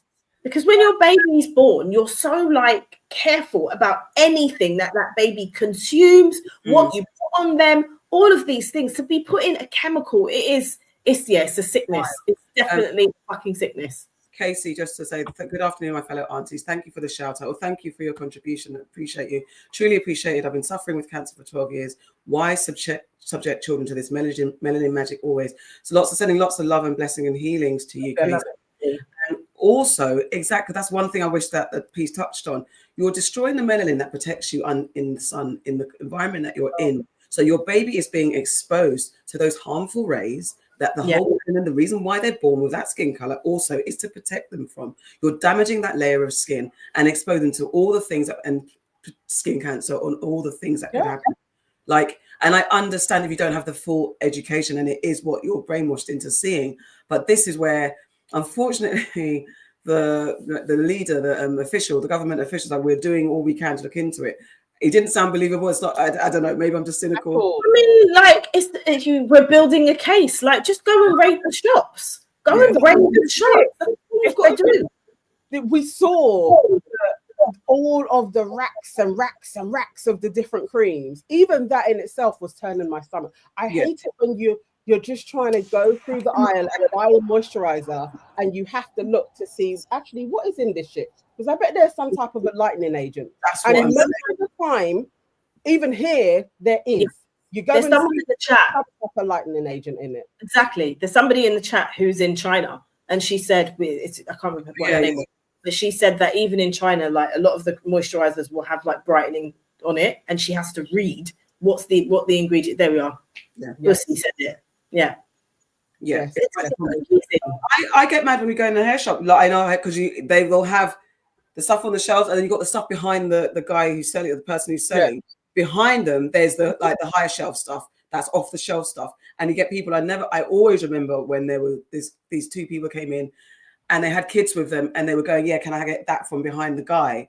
And I'm like, I think they smiled at me or whatever. I can't remember what their reaction was. And I'm like, you're looking at me and then you're going to buy this cream. Your skin looks insane. Your skin doesn't look good. But would you suggest to me, would you be saying, you should get some of this? Or what is the... If you was their brethren, they probably would be like, you could look so nice if you just put on some cream. I remember one auntie once accused me of bleaching, and I was so fucking hurt and just infuriated and angered because I'm like, nah, not at all, not me. No, I'm not doing that shit. In fact, how dare you say that? That's what I'm doing. This ain't happening around here. I'm anti that shit. Yeah, it's just so crazy. And I'm like you, okay. I hate going into the shop and you see that stuff. I literally want to do that to the shop. Literally, if I could. And sometimes I know I've had in the past about, so why are you selling this? And then they're just like, oh. I'm like, I want to why are you selling it? The people want it. He said that it's what you're seeing behind them isn't even. Those are still the legal ones. It's the ones where they're under. When you're in there long enough, and then you'll see the person be whispering that, and then they go in and they'll get another little jar that you've never seen before. Those types of things are scary. And now there's pills that they can take, apparently. I didn't even know about injections. I knew about the pills. But so, again, even just looking at stars, they start off dark. And then as the years go on, and then they gaslight us into being like, that person wasn't a dark-skinned person when they first came out. And then before you know it, they are a part of the universal beige. And you're like, that person started dark. What the hell? Universal beige. Yes, Nana. They all get to the same Cardi B, Nicki Minaj level of look. And it's like, there's one tone. Hey, Michelle was a dark-skinned woman at once. Yes. And now she ain't. And it's like, no, this is... And these are the stars. So you think a normal person is like, they don't even have to be, I want to be an entertainer. I just want to be desired and seen as worthy. They are going to get a bit of money and they're going to try and do it that way so that they don't have dark knuckles and black feet. But other people are going to have the dark knuckles, black feet, the crazy spots on their face, and they walk down like they're beautiful. And I'm looking at them like, bro, when you had melanin, you literally look like a ghost now. But not only that, their skin looks sore and raw. Yes. It's like you can see through to the flesh. It just looks like, it gets that pink kind of tone. Yes. It just looks sore. I'm just like, why would you do this? Because you don't look better.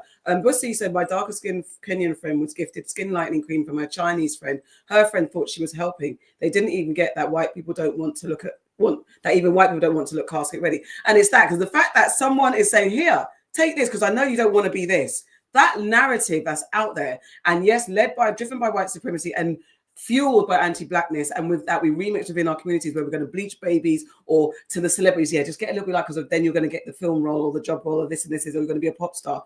All of this is perpetuated, and don't get off the train because there's white supremacy, but then there's also our own economy. But then also selling a baby because they are lighter. Exactly. Also that practice, and they said that happens a lot. Exactly. Like, what the fuck is that shit? That ritualistic thing, as you've got light eyes, light skin, let me sell the baby for higher gain, for purpose. Come on. I think all we can truly see is that there has to be something magical in us, that there is a level of an erasure and they, it's a cycle of bits. There's something magical in our skin tone where it's like, we have to make you try and get rid of it. And then within the trying to get rid of it, then we also have to be like, there is a price that is higher for lighter, but can also be killed for. Like, it's like you get locked in about our skin color. Like, I love this. You just can't escape it. I love this analogy from Kazvari made it. It's just like, think about the word vanilla for a moment. What color comes to mind? Got it. Hold on to that. Okay. Now remember, this vanilla in its purest form comes from a bean so deep brown it's almost black, and it's often cultivated in the global south. Yeah. So if that can be rebranded as white, as something plain, as the default, imagine what else can be. Some people might say, but vanilla is just a flavoring. The ice cream is still white. Exactly. Blackness gets extracted, diluted, blended in, but still there, still essential, but made invisible. Thank you and good day. I thought this was it's one of the best analysis. That's brilliant. Yes, she literally just in slides put what was swirling in my mind in the cycle of it, the erasure, and then bringing it back round again for danger. Like, it's just, we get in a loop of thinking about blackness, but obviously a vanilla pod is flipping black. It's black, and it's so I actually thought of the pod. Yeah, the pod. Okay. Yeah. Parker, thank you so much for the £5. I subscribe. Thank you so much. Thank you. I subscribe to Darker the Way, the Sweet the Juice. Damson Idris, yummy. I'll say no more. And good. And especially I'm very conscious because I am very pro-black. I am about pushing dark skinness first because I'm trying to empower people that look like me, but also being pit against, because it is Darker the Way, Sweet the Juice, but it shouldn't be at the expense or to the detriment of anyone who's light skinned. It's just black. It's that part for me. It's definitely that part for me. As a lighter skinned person, even though I don't really see myself as that, you know what I mean.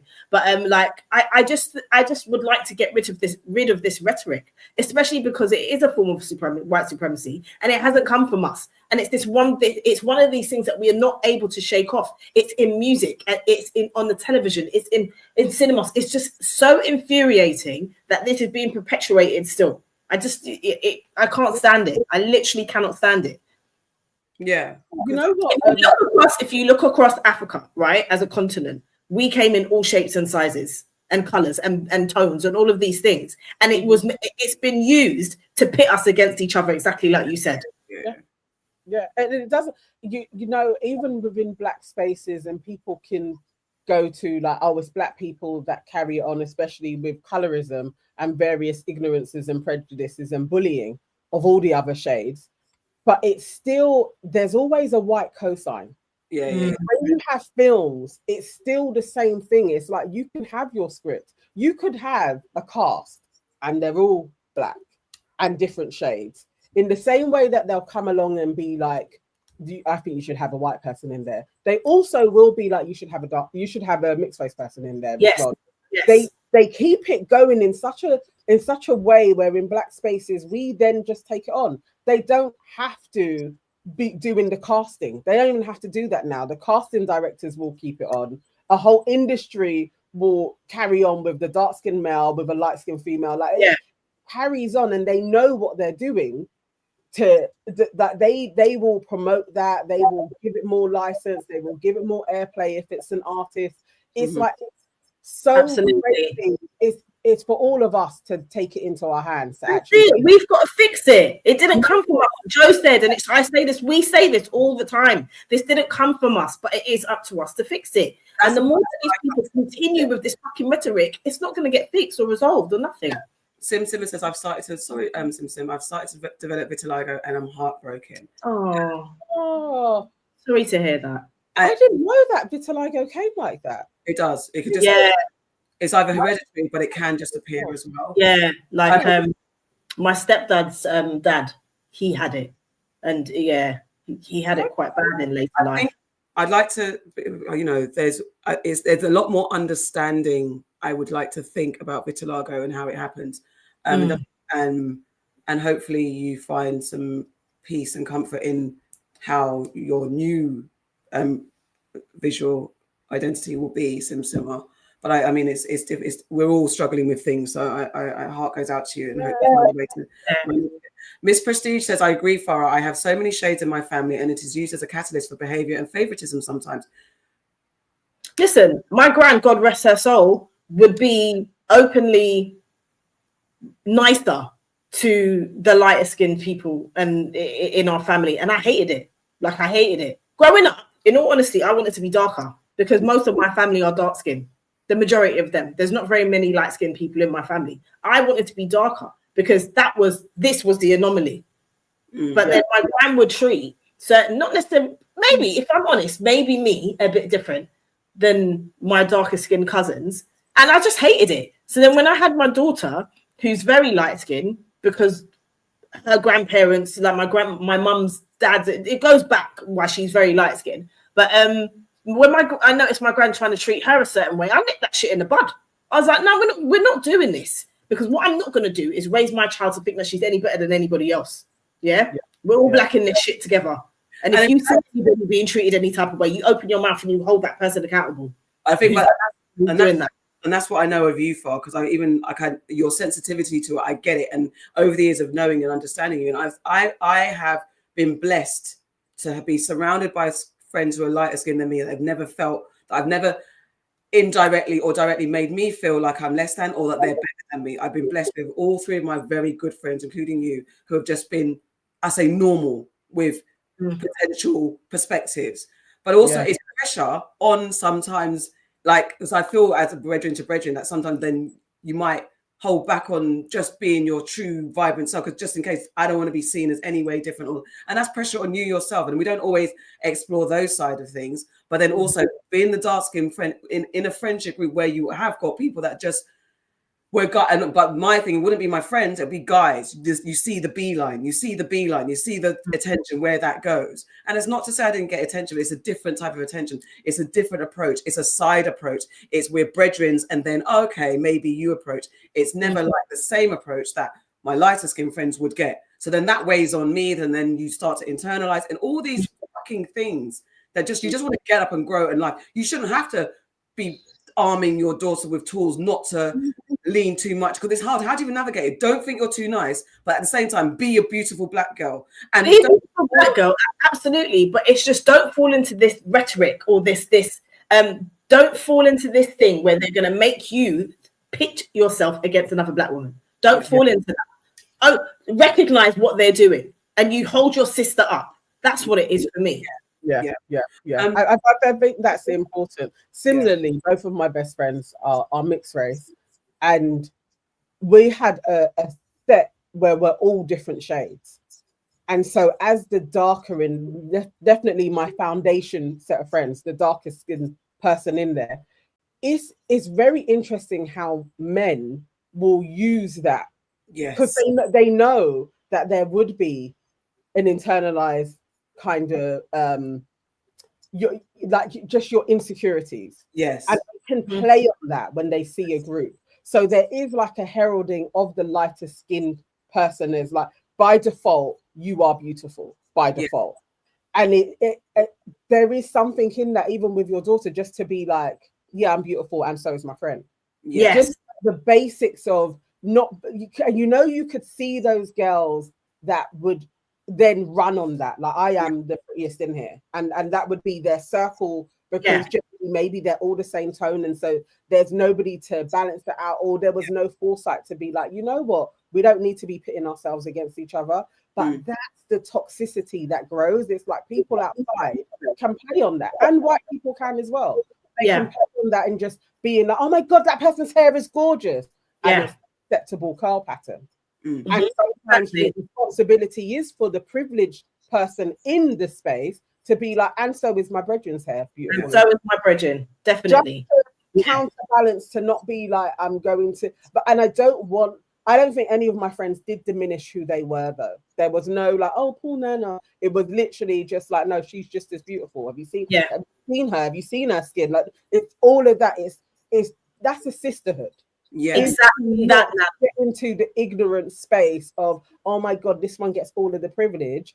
It's like, no, and remember what that comes with, because I've seen the toxicity of the trophy that, and that's what I was going to mention as well. Come along with it, seeing that also does a number on self-esteem. There's benefits to this. I'm glad you said that, because like that's the other side of it too. Like, my daughter gets a lot of, are you black? And that's equally as toxic to hear that as a black child, to hear that from another black person or a white person or an Asian person or whoever it is, to question your identity because of what they think that the image of a black person is. That's equally as toxic. It's toxic as well. So it is down to us to make the changes, to make sure that someone isn't being objectified because they're lighter, or someone isn't being, there's no prejudice on someone because they're darker. It's down to us to make those changes. Yeah, and it's also, actually speaking, because you've got sons, Nana, it's also helping young black boys unpack what is inherently forced, the narrow vision that they're forced to look at, that white and light girls are the ones that you're supposed to be attracted to. You're not supposed to be attracted to anything else. And unless the dark skin, you've got to have all these criteria for the dark skin girl, but actually light skin girl and white girls, they pretty much get a black, that is the standard. It's also, I'm teaching, because I mean, I fight with my nephew all the time, and it's like, I can't find where I don't like to use him as an example too much, but that is the young boy that's in my life that I'm learning, trying to shape and make 360. Is like, what are your reasons for liking this particular person when you're, what I know, the conversation is forward. Then what I will say is, what I don't want to do, I like black men, right? And if you like black women, that should be it. Yeah. You know what I mean? And if you're seen to be liking all shades of black women, that should be it. It shouldn't be a case of, what I equally don't like is like, so someone's going to turn around and say to me, oh, why do you like dark-skinned men? I like black men. Do you know what I mean? Like, let's examine why you only like dark. No, I like black men. So I think that's important too. Like, it's important for you to say to him, or say to your sons, or say to whoever, why is it that you're going for this? Like, find the root of the thing. But if the root of it is that they just like black women, then that should be fine. Yeah. Let's get Sister A. Thank you, Sister A. Guys, we're going to get to your conversation, because you guys are actually having a really good conversation about vitiligo and how you developed it and stuff like that. So Sim Simmer, responding to Sim Simmer, who said that her vitiligo started because of an injection, which I did not know happened. So interested to hear you say you had a steroid injection ruin. Okay, Sister, you said that's the typo went mad. So basically, the steroid injection kicked off your vitiligo. My mum developed vitiligo just on her neck about 5 years after taking malaria medication. Now, so let's go back into the chat. So, I saw Rianne had an interesting one. So Sim Simmer said that. Sorry to hear that, Sim Simmer. I think she said Yvonne says my friend has lupus and developed vitiligo through that. And Sim Simmer says, I was never warned that a stereo injection from my ankle has triggered it. I was never told of the risk. Wow. That's shocking. Joe N says, I've got bits of vitiligo on my scalp, back and face.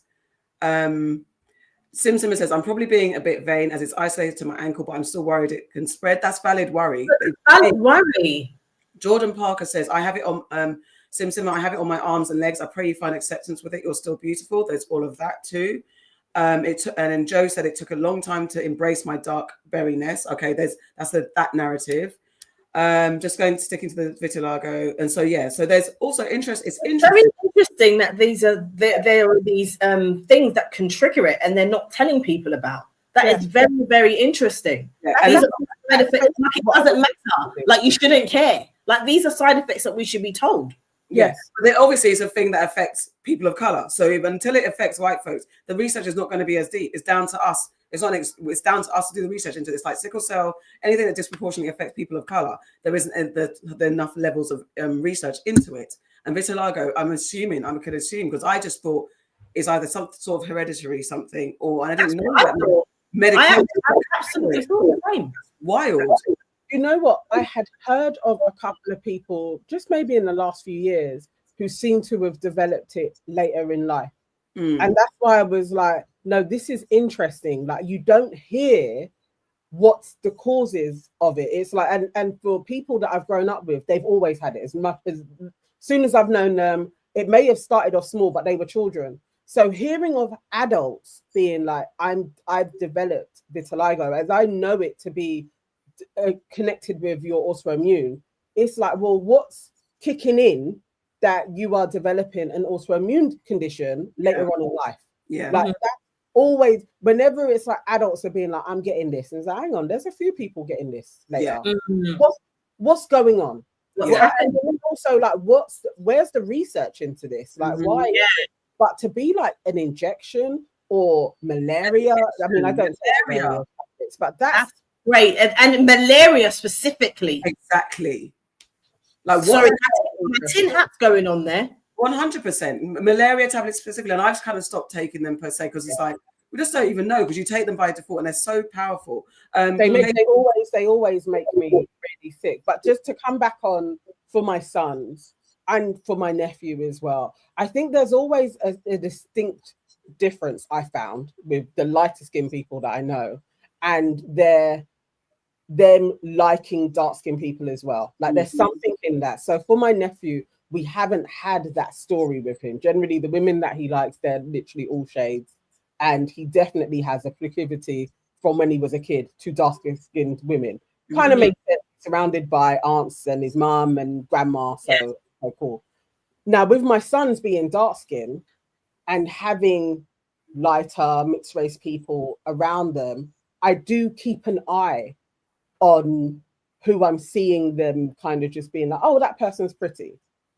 And then making a point of, from when they were young, when we're watching TV, there's a dark-skinned person on TV just being like, they're smart, they're pretty, isn't that beautiful, isn't their hair great? Not just black men to affirm them, but women.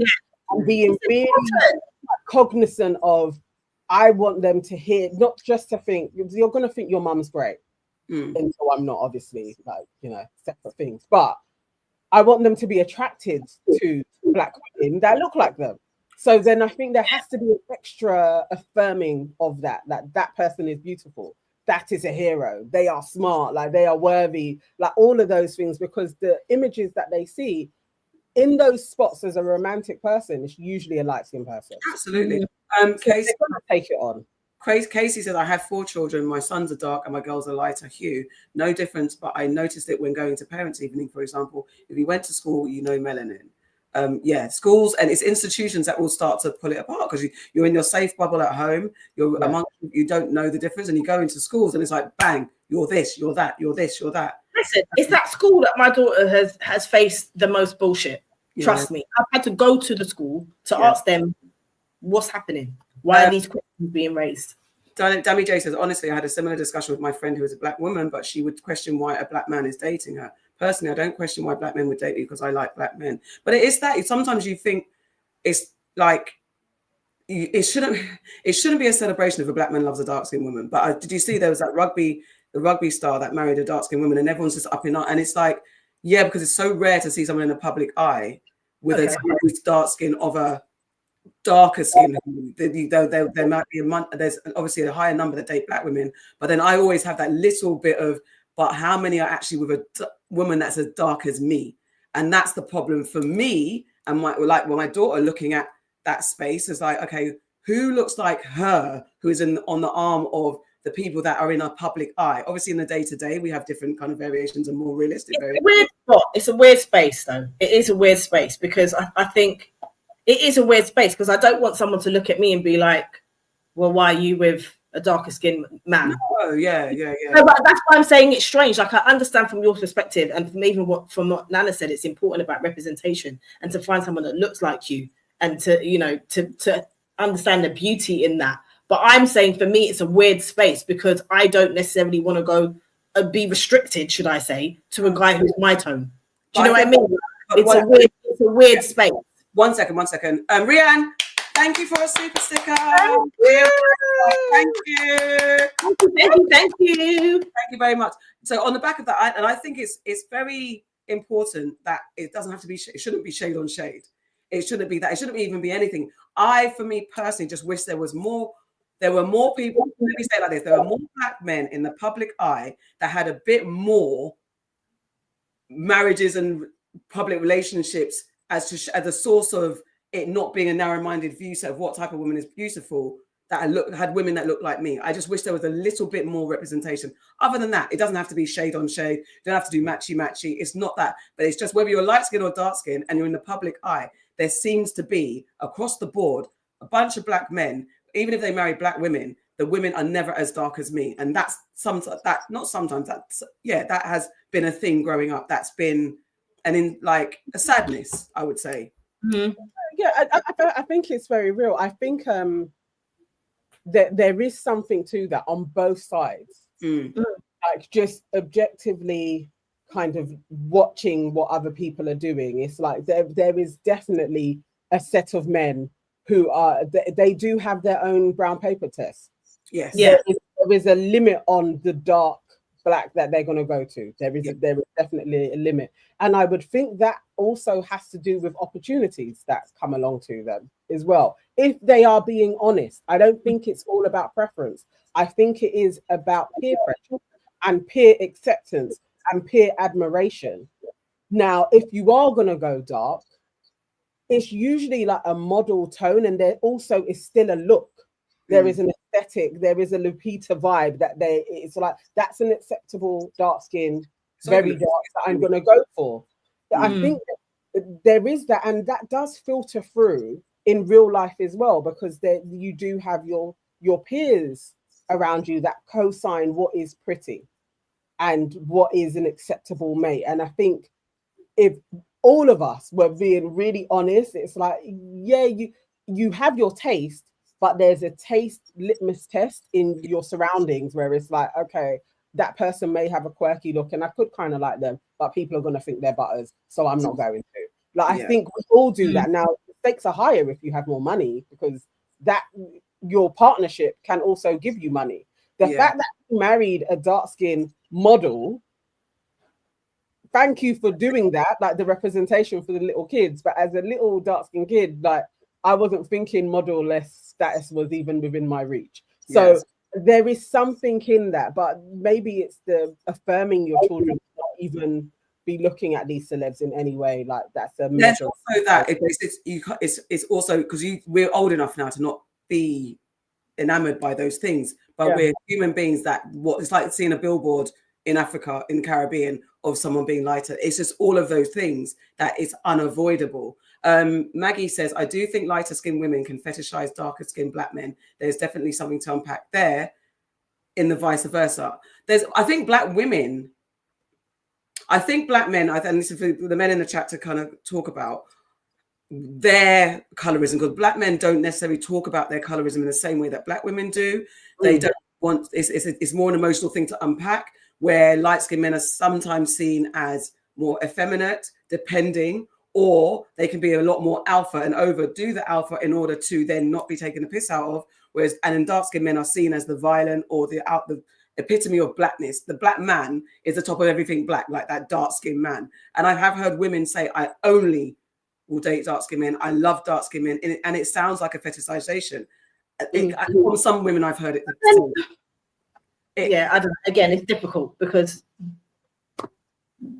it's It's difficult because there are dark-skinned men that only date dark-skinned women, and there's light-skinned men that only date dark-skinned women, and there's light-skinned men that only date light-skinned women. There's like, do you know what I mean? Like, when does it stop? When does it actually stop? When is it just okay for black people to date black people? But I think when is that just okay? But and I hear you. I hear you. I understand what you're talking about. Everything you're saying is valid. People say that though. People are like, when does it become a non-issue? Is when all of it is represented and you can clearly see that there is an agenda to push a certain look on everything.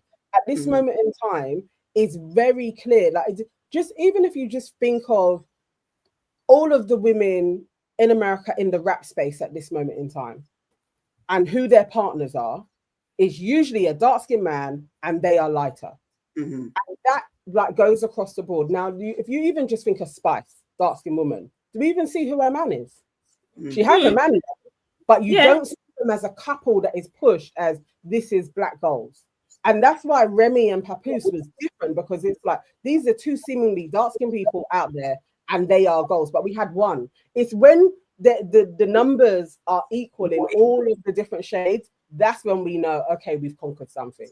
At this moment in time, there is a clear agenda that is being pushed, and it leaves out a lot of representation for everybody else. And Christian Jane says, dark-skinned men are fetishized by a lot of people because they are seen as masculinity. As I said, being darker as a man makes you seem is more masculine. Being light as a woman makes you appear more feminine. That is the bottom line of it. And C is a queen. I also always talk about featureism. Is another issue too. It's like the middle sibling of colorism that's rarely talked about. And it's very much that I always say my square nose is not often that you get all of these things in one person in one package, but noses, whether it's a man or a woman, it's usually this type of nose or the more rounder nose for black people. And then East Asian people have it too, where they favor a more, was it A-line nose or whatever they call it. The rounder your nose, the squarer your nose, again, that brings down the desirability. It's a color. It's very interesting. I mean, even I wouldn't call Papoose light skin. To me, is he light skinned? I wouldn't say he was light. I wouldn't say he was light. I wouldn't say he was dark. I'd say he was brown. He's like that medium brown. Brown. Yeah. Bathroom Diary says it's interesting because if you date a light-skinned guy, all of a sudden you don't like dark-skinned guys. When truth is, sometimes a person's dating history, they just like black people, and that's where we're at. We want to land. That's what I'm saying. I just like black men. Yeah. Yeah. That's it. You just want to be like, look, this is the preference. It's just a black. Yeah. Until it's just like, yeah, whoever comes our way. Because my thing is, my boundary is black men. I've got a range. My daughter's dad is extremely weird. We're neck and neck on dark skin. He might be a touch darker than me. And then one of the loves of my life is light skinned, about maybe Farrah's complexion. So it's all a melting pot. He's light to me, bro. Like, but you know, I've got like, real talk, I've got colour dysmorphia. This is the thing. I'm like, shut your mouth. No, I'm not. That does come from what you experienced growing up. Yeah, of course it does. I was going to say, I have a cousin, and even still, it's because when you're in a sea of dark-skinned people, until I went to one particular secondary school, to primary school, I didn't really know anything about the different shades. Everybody around me was dark. Different darks, but you're all dark. One cousin who now I'm like, you're not even light, but because you were in a sea of dark, she looked lighter. Yeah. Like the sun would come out, and obviously I sweat too much, so I don't like being out in the sun. She's out there like, need to get darker. She so wanted to be amongst our color range, and it's like, I hear that. Why? That was the whole thing, to the point. I believed her in the end because she was so dedicated to the tanning cause. Now I look at her and I'm like, you weren't even that light. Yeah, I hear it. Amongst your peers, like you want to be the same as everybody else. You don't want to stand up. Absolutely, I wanted to be darker. Absolutely, and I would be out in the sunshine if I could. But you're like, and it's like, in all honesty, though, like I'm only the lightest in the room. I'm not that light. No, you're not. It's just you're surrounded by 3 dark-skinned women. Okay, all right. But what's interesting, because I think you said it before, that even your version of light isn't light enough for certain guys who are really that. Yeah, I'm not like, I would never. You see that girl that you talk about, like, the gravitate. I'm not that. It's like a couple shades lighter than me. It's like the inside of my arm. It's that color. No, Like, I agree with you. I agree. Yeah. Yeah, you would. I always call it the darker end of the brown paper bag. I always say I think there's a safe brown, and then there, as Nana says, universal beige. I remember saying safe brown to someone who's maybe similar complexion. She was offended by it. I was like, no, and I wasn't trying to be disrespectful. I was like, but yes, there is a safe brown, and then you've got the universal beige, and then you've got the very, very, very light, and then you start getting into the territories that starts making people feel some type of way. Yeah, it's like when we had DJ Crystal on, and she was like, you know, as a dark skin, we must have all looked at her like, what? No, I get it. I get why she's in America. Yeah, she's like, in America though, my circle of people, I am the dark skin girl. And it's like, yeah, I hear it. I remember when different sections. Randy and Gabrielle Union talked about being dark skinned, and I was like, but they are. Yeah, not to me. No, that's why they wouldn't be, but they are over there. Like Brandy's not a light skinned woman, is she? She's no, a brown skinned woman. Not light skinned, but when she was being dark skinned, it's like, oh, okay. But I get it. Yeah, mate. But this is what I mean about who came up with these fucking terms, not us. Not I.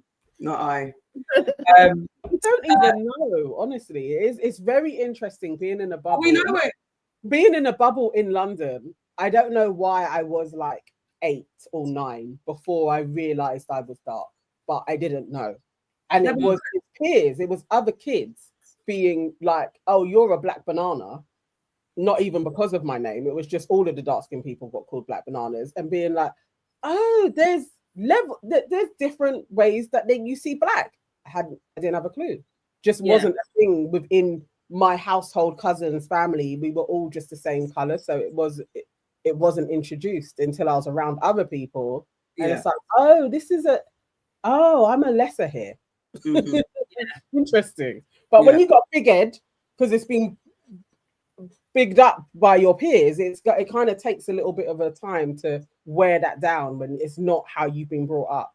So it's important for people to really be like, I have to affirm that to my children, because other kids will try and knock that out of you. They definitely try, but I always was like, no, I'm beautiful. Yeah, even my brother says it. Like Egypt will say to people, "You're just not educated enough to know that we come in all shades," and I love that. I'm like, that's it. That's what she needs. Last one from this bathroom diary says, as a brown skinned woman with a light skinned mum, my mum would see me as a dark skin, and I thought I was dark skinned for a long time. And then people would be like, girl, you're not even dark. I'm like, huh? I hear that. Okay, the next one. So we've stuck in the black space of child abuse, I guess, when it comes to the skin tone and stuff like that.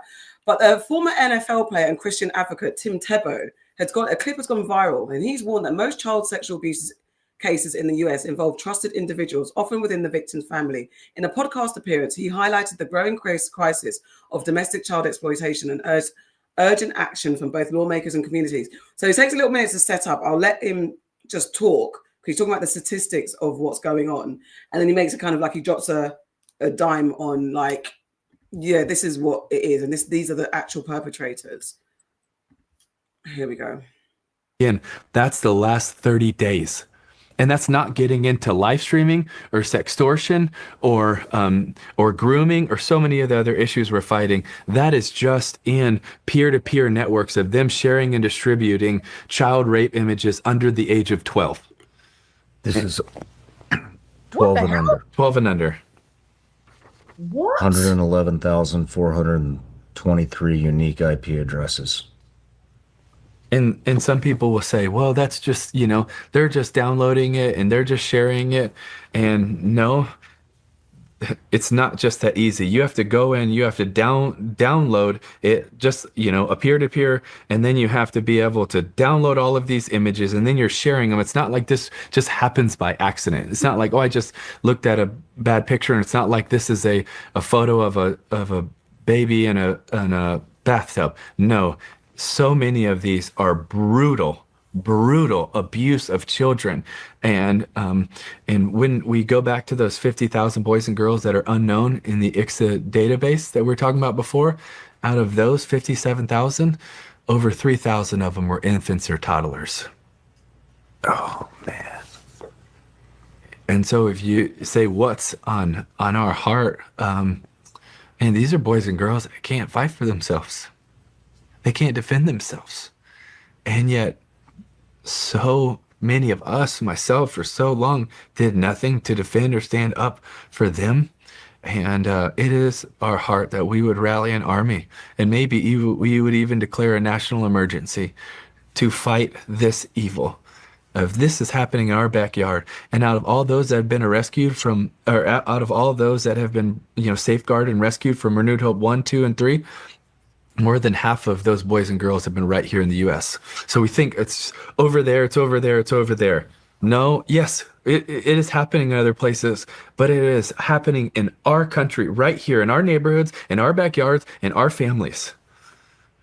And then we get into the fight against live streaming. And do you know the number one payer of live stream rape of boys and girls around the world? U.S. U.S. Not close. And in peer-to-peer sharing, we're third. China, Russia, America. Man. Sorry, I do get fired up about it. I do too, man. It's Wow. How are you combating this? Well, we're trying to do it in every area, in every way possible, whether that's with partnerships and nonprofits and law enforcement and rallying and task forces and legislation and lobbying, trying to get them to enhance the army per se in fighting this. And that's really what the Renewed Hope Act is for. But it's also getting the Renewed Hope operations more and more and more.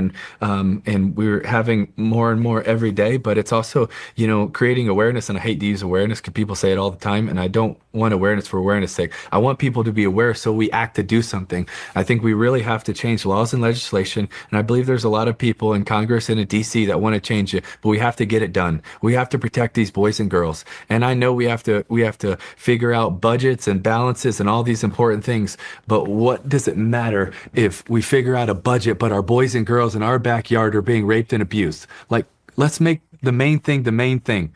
This should be a main thing. Mm-hmm. Like, this has to be a main thing. But this is the last 30 days, 111,423 unique IP addresses. I mean, how many kids does that amount to? It's hard to know. And by the way, this is only one database, and there are multiple databases. So it's not like this is all of them, but it's hard to know every life on the back end. But that's why we try to find as many studies and stats and databases to find it. But the clearest one we can go to is if you look at this, over 111,000, and then you know that 55 to 85% of these are hands-on offenders, and your average offender has 13. Now you add that up, 13 offenders in their life. How many boys and girls is that? So every time we take one of those offenders and we take them off the streets, how many boys and girls did we protect? How many boys and girls do we safeguard? One of the that's like it's a lot. Over 1.5 million. It's a lot. In one of the operations, one of the doors that got knocked down, and men that got taken away, actually led to 30 other children that he had been abusing. And I want to say this, and I think it's important. The number one offender type is biological fathers, but by far it is being done by middle-aged Caucasian men. Many, over half of them, college graduates. Many of them are educated, good jobs. This isn't just who we're thinking about. Like, they're technical savvy. And I think that it is time that we call them out. Like, that we can't stand by and stand back. Like, we have to stand up and say, not only are we not doing our job as men, it's actually the opposite. Instead of being defenders and protectors of our families, we're hurting and abusing. We were in the office last week, and we're talking with someone that's amazing in this space, and we're going through a case to try to learn from this and do some more stuff. And the guy that has already been put away and convicted of his crime was abusing an 18-month-old, his 18-month-old, and his 9-month-old. And I was sitting there and just horror, right? But then we're looking at what he was doing it on, and he was doing it on a Florida Gator blanket. And I was thinking, man, it's probably someone that was rooting for the Gators. Probably someone that maybe is a fan or likes the Gators, likes when I played. But no, this, how personal this is. Maybe it's someone that's in the stadium watching us play, right? Like, this isn't far off or far across around the world, because we always think, and even sometimes members of Congress will say to us, but, we got to, worry about our backyard. No, we're talking about our backyard. This is our backyard. This is right here. You see, when I said that some people should be castrated, people were looking at me like I was mad. But it's that, but it's beyond that. It's the network. Of course, it's beyond that. It's everything, but it's because there's no real punishment for these people, because they're all the people that should be doing the punishment. They are, like he said, it's not the people that you think. Mm-hmm. Yeah. These are college graduates. These are people in important positions of power. That's what, if you look at the sentencing for paedophilia, it's not what you think it should be. For someone abusing a 9-month-old child, how are you going to get a couple of years if you get done at all? How is that even a thing? Like, straight life. That two of your own kids, they're babies. And it's the boogeyman that they've created. And especially now, having all of them, including flipping the Tate brothers, talking about it's the immigrants. They come in and they do stuff to our kids and our wives. And exactly. It's your doctor. It's your doctor. The person, and they usually find themselves in positions where lots of people respect them. That's why it's the clergyman. It's like people, you just think they're in this position because they are good, they have a vocation, they want to be around children, they want to serve a community, and they're there as abusers. I'm glad he just said it, the number one, white, middle-aged, white men. I'm glad he just pointed it out. I'm glad he said it. Well, they're talking about grooming gangs and and these immigrants and that, and it's the white man that you're passing by that is a good evening, I could do your garden for you, all of that shit. But in their homes, to their kids, to their flipping nieces and nephews, they're doing shit. The bank manager, the lawyer, the judge, the doctor, the teacher, the professor, all of these people. And it's that. And I don't know. I'm glad he said it. And you know that map. Yes. Cool. And he said that's like the 30 days, and then that's 1 day or one snapshot, and then he times the numbers. And then even when he was saying that one offender can have, like, in their lifetime, it's like 13 people, and then you times that and how many children, and you do, and it is what, as he said, the lower, just sharing a picture or just looking online, and then it's just the network that every single thing feeds into the bigger network, and how it becomes that. Now, as they said, I think coming out from the Diddy trial, is that human trafficking, and let's not talk about the young people that are being trafficked, it's become the number one. It's overtaken drug trafficking. Yeah. And within human trafficking, it's underage girls and boys. We know it's underage girls and boys. Especially then, actually, we should look at how disproportionately it affects communities of color, because it could be the white Caucasian man as a leading executor, but what type of children, apart from their biological, who are they targeting as well? Those vulnerable children that have not got people that are looking after them, or maybe parents thinking that they're sending them on to a better life. All of that. Remember that the Olympic gymnasts that had to come out and speak about Olympic level gymnasts, where you think you're entrusting your kids to someone who's of authority that's taking your children to another higher level. You can't even trust that person. The Nickelodeon thing. It's they're monsters. They are. Sora said it right. They are monsters. It's just heartbreaking. These are children. These are babies who can't protect themselves. Yeah, and it's the network of it, because even when he's saying like, you know, there are some Congress people who are like, no, I want to do something about it, budgets and all of that. There are people in Congress that are doing it too. Yeah, they find themselves in all of the pockets of society to allow it to take place. Is why it's so rife now. Because, you know, a lot of the time when you actually go through the figures when they are convicted and the years that they get, I'm like, that judge is a 1-2. No, this is what I'm saying. Absolutely. I cannot give somebody 6 years and they fiddled with 3 people. And you're like, this is what I'm doing. 6 but years. Then someone who's got a bag of weed has gone to jail for 15. Yes. How? They are a part of it too. They literally all know each other. They know they have images. They're setting these laws so that if they ever get caught, they know that they are not going to serve a lot of time. And that's what happens. They always move the goalposts, and that's why so much legislation and laws don't work in the victim's favor. That's why you have people that don't come. I've got him on the dock, Bill Maher, as an enemy on the dock for next week's show.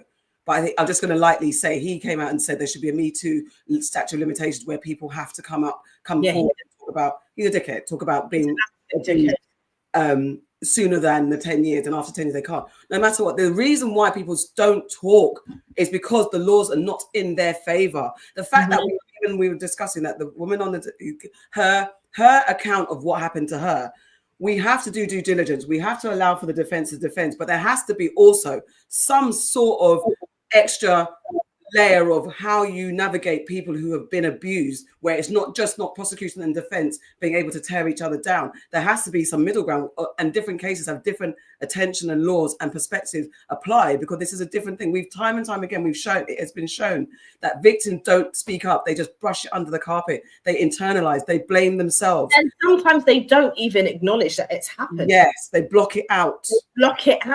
And then years later, because of one thing or another, they start to remember things. Imagine if you get abused as a child at like 5. Exactly. You might not remember until things start to come out and you have therapy.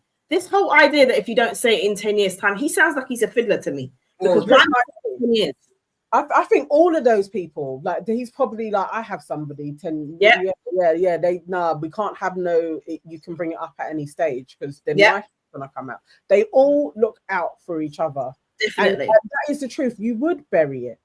And also, even from the Diddy case, and Mia was saying, when they were like, why didn't you go to the police about it? Why didn't you? And she was like, I didn't think that was even an option. There was no evidence. And as soon as she said that, I was like, I totally get that.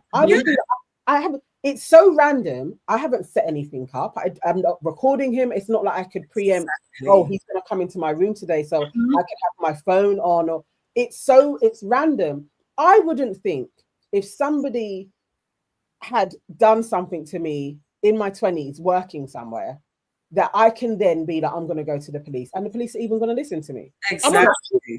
In vulnerable situations with a photographer, and let's just say mythically he did something, I'm not even thinking the police are going to take that serious. Why are we there?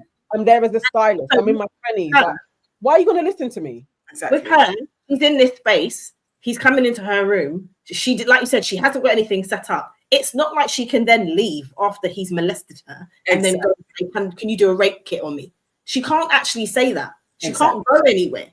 I hate how it's always pointed to the victim. Why didn't you? No, it's not why didn't I? Why did they do what they did? Exactly. And that, going back to the sickness as well. What is going on? What is going on? You're looking at babies, children in this way. What is going on? And why is it not being dealt with? And again, it's another thing that's being swept under the carpet. Let's not talk about the racism that we did. Let's not talk about the brutality that we unleashed across the world. Let's not talk about the sickness that's within a majority, it seems, white and Caucasian middle-aged men. What is going on with your people? What's wrong? What's broken? What the fuck is wrong? I don't even know the statistics and the science and the psychology behind why people do what they do when it comes to PDFs. I don't know what it is. And what is it? Is it a dynamic? Is it victims going on to abuse? Is it a mindset? Is it something that's broken? Is it what the fuck is wrong with you lot? And why is there not a proper study as to why it comes to a high percentage of middle-aged white men decide that this is what I'm going to do to my biological being that I created? I'm then going to hurt them.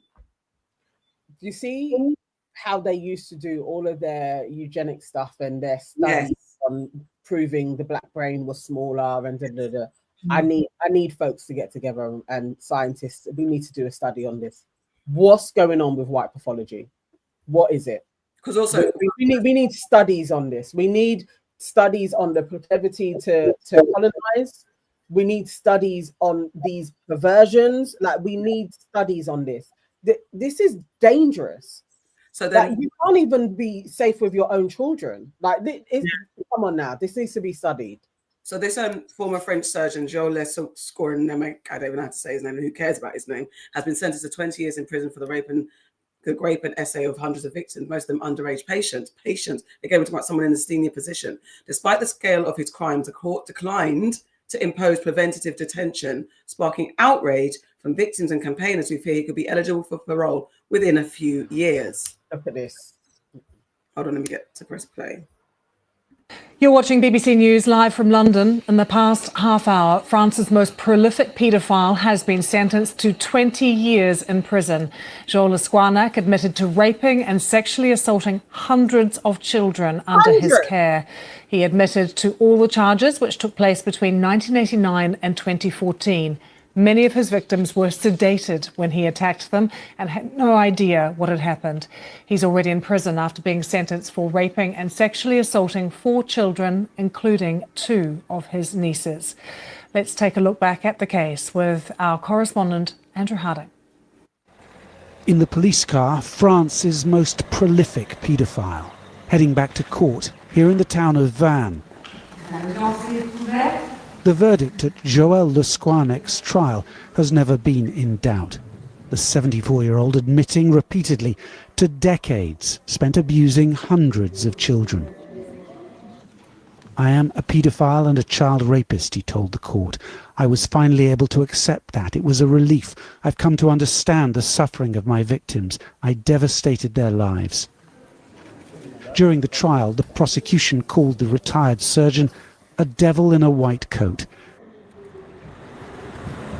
His crimes left some of his 300 or more victims struggling with trauma they barely understood. Today, grown up, many of those victims told us they had no trust in Scorenek's expressions of remorse. I saw no sincerity from him. I just hope he cannot hurt people anymore. But I don't expect him to change. Scorenek spent years raping patients in rural hospitals, but administrators knew as far back as 2005 that he was a paedophile, that he'd watched child abuse online.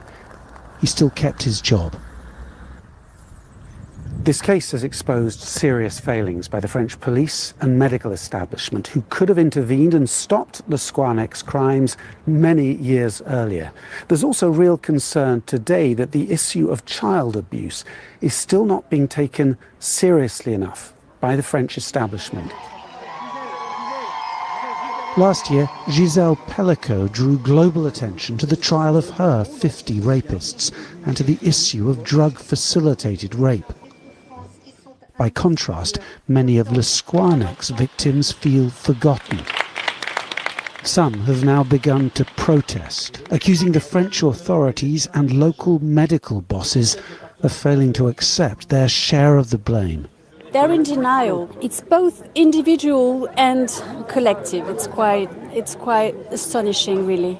Our government and our society are not outraged. The rape of children seems too complicated to acknowledge. France denies this exists. Perhaps this trial, with all its devastating detail, will now prompt some soul-searching in France. Scorenek himself says he wants to become a better person, to regain his humanity during the long years that now await him in prison. Andrew Harding, BBC News, Vannes. Okay, so in 2005, they knew that he was up to stuff, was watching child molestation online, right? and he was able to keep his job for another 10 years and abuse how many hundreds of people over a 10-year period. And then he said he's been doing it, or they found the length of time that he's been doing it for, he hasn't even got the same sentencing. No. So his sentence is less than the time that he's been known to be abusing these people. Mm-hmm. And somehow ain't been doing it as well. And all of those people that we're seeing, because he's doing this in hospitals, there is no way that some of his colleagues weren't privy to what was going on. It's a problem. No, it needs to be investigated. And apparently, speech felt so manipulative and standard for an abuser. That whole remorse, like, oh my God, there's a relief now that I'm seeing. I want to be a better person now. I'm going to work on it. You should die in prison. That should literally have been his sentence. Death in prison. But what they're saying is, like, actually, from what I don't even think it was covered, he's already serving a 15-year prison sentence for a conviction in 2020 for the rape and essay of 4 children. And so his niece, that's already something that's happening. So this 20 is on top, right? But what they're saying is in French law, sentences can run concurrently, and I can't tell his name, would only serve the additional years after the first sentence is completed. Yeah. So the maximum sentence, it's the least we could have hoped for. Yet in 6 years, he could be potentially released. In 6 years, he could be potentially released. For molesting over 300 patients. Yeah? And his own blood as well. Yes, as well as his own blood. But why I'm saying patients is because he had the public in his hands as someone he's supposed to protect and serve and all of this stuff and keep safe. He did this to over 300 people, and he's going to come out in 6 years. I can't even believe that the sentence was even 20 years. Exactly. You shouldn't even see the light of day again. Like, literally, it's like you should be in solitary. You shouldn't see anybody. Like, this is your. So he got the rest of your time now. He's in his 70s. Yeah. 6 years. He could still be out and running around for another 6 years. He got 15, right? For 4 people, for 4 victims. Right. Then for 300, he got 20 to run concurrently with 15. And there's not people involved. Of course they are. The judge is involved. Everybody. It's a thing. Oh, wow. That is crazy. And what I didn't like as well, the report where obviously you're just reporting, but it's like France has a lot of soul searching to do. So the fuck does the UK, so the fuck does America. Right? Jimmy Savile. Right? Let's not as Tim Tebow was saying, or we were saying as well, like, we keep saying it's over there. The West is over there in those countries. And then as someone said in the comments, those grooming gangs, all those type of stuff, it's always them that, no, bring it back. Don't be so smug about over there. They need to do stuff. UK needs to go soul searching. Don't try it. That's why it's a distraction. It's like they're all at it. Elon Musk, all of them, all of the far right, Farrah, Tommy Robinson. It's always these grooming gangs that come from Pakistan. The data was there. Actually, the 3 top places was America, China, and Russia. Exactly. India, Pakistan, Africa weren't on there. Exactly. Weren't on there in the top 3. So you need to be looking more to her. And I bet you 4th was the UK, a tiny island, a hell of a lot of PDFs. Like, no. As you always say, Farrah, about castration. So the UK reviews backs early release for violent offenders and the expansion of chemical castration pilot. A major new review has proposed that violent offenders, including sex offenders and domestic abusers, could be released after serving just a third of their sentence to reduce overcrowding in England and Wales prisons. However, the independent sentencing review led by former Lord Chancellor David Gauck also recommends expanding a voluntary chemical castration program and prioritizing community-based sentences for low-risk offenders. Sex offenders. The review has recommended we continue a pilot of so-called medication to manage problematic sexual arousal. I will go further with a national rollout beginning in 2 regions covering 20 prisons, and I am exploring whether mandating the approach is possible. Of course, it is vital that this approach is taken alongside psychological interventions that target other causes of offending, like asserting power and control. The studies that exist show a 60% reduction in offending. She's right to say that for this subset of offenders, for some, the offending relates to power, but for another subset of offenders, the combination of chemical suppressants and psychological interventions can, we believe, have a big and positive impact. No. Can I just tell you, chemical's not good enough, because the chemical, I'm assuming you have to keep taking it, right? It has to be administered by somebody. So what if that PDF wants to leave and go somewhere else and then ends up not taking the chemical? Also, I don't think that they should be released early. No, serve your time. And if you're going to do this castration thing, do it old school. Yeah. I think they should be the least on the bottom of the pile to be released early. I prefer them more flipping druggies coming out than no, they shouldn't even be on that list at all. Not at all. Diddy was talking about the French president, who has been a victim too. He was groomed by his teacher, and also then he went on to marry, and there are definitely consequences to their brutal legacy of colonialism. Like when you think of that this is the prominent couple, a president and his wife, and she got with him when he was like 14 or 15, and they are able to even hold office together, and followed by us seeing her abusing him on a plane. It's like, what has that man even been through? And he is now the president. So what does he think is normal? Yeah, like exactly. No. Standard. Nah, wild. Yeah, France has a lot of issues. They definitely do. I mean, so many. The West, Europe, right? There's so much to get through. Time is. Didn't you say you have to leave? Yes. Yeah. Well, we've got to get. That was all very, very heavy. Light-hearted stuff. Yeah. There's stuff. Hold on, let me talk amongst yourselves. Any comments in the comments, and then let me see if I see anything. You know what? Just while we're here, just thank you all so much for Sunday contributions, Sunday service collection. Ashes to Ashes came in hot with $19.99. Thank you so much. Strike 22 with £5 as well. Gertrude with $9.99. Thank you. Strike 22 came back and gave us another £5. Thank you. Joe came in with £10 as well. Casey Ross gave us £5. Thank you. Jordan Parker gave us $5. Sistrin gave us $9.99. Rianne gave us £5. Thank you all. Thank you. We appreciate you, man. Seriously, it really helps us keep doing this for you guys. So we really appreciate you. Definitely. Do you know what? That Super Sunday that we had 2 weeks ago has changed our monthly money that is coming out significantly. Really we can do something special, whether it's advertising. And we've never done that. We've never paid for advertising, but we can do something now to elevate the pod because of that Super Sunday. So thank you all so much.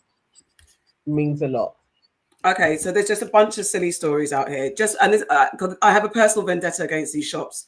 So this story, shop charged £900 for 2 packets of sweets. What? For 2 packets of sweets, led police to discover the largest haul of unsafe or fake goods to have ever been seized from a shop on Oxford Street. The visitors were escorted back to the shop by officers to make sure they got a refund from the central London store. But a few days later, officers returned and seized £80,000 worth of fake or unsafe goods, Westminster City Council said. During the raid, 2 shop assistants ran off and disappeared via a hidden panel in the basement wall, which led to a secret room of suspected illegal goods and an escape exit onto the street. According to the council, police seized 2,892 American food items, more than 30,000 cigarettes, and 3,182 single-use vapes. Cereals and sweets were also taken for breaching rules, including for the lack of labelling and presence of additives banned in the UK. The cigarettes were not in the legally required plain packaging, and were missing the deterrent images on tobacco. There were also vapes which claimed puff counts as high as 20,000, with tank sizes 4 to 5 times the legal 2 milliliter limit. The council said the number of mixed candy and souvenir stores on Oxford Street has dropped since the pandemic, from a high of 40 to 18 as of March 2025. Tourists who were charged £900. Wow. I mean, crazy. 900 pounds. They paid it and went back for a refund. And then had to have the police bring them back for their money. What do you mean you paid it? No, but those shops, I mean, they're clean fronts anyway. You can tell they are. They so enterprising. But and people shape shifting, because now it's the Korean spots now. So we had the American sweet joints, and now they are getting less, but now it's the Korean cosmetics, sweets, Korean lifestyle shops. There's so many of these now. You're right. At the first instance, how tourist can you be? I'm not going to not a country to say, I'm going to hand over your tender.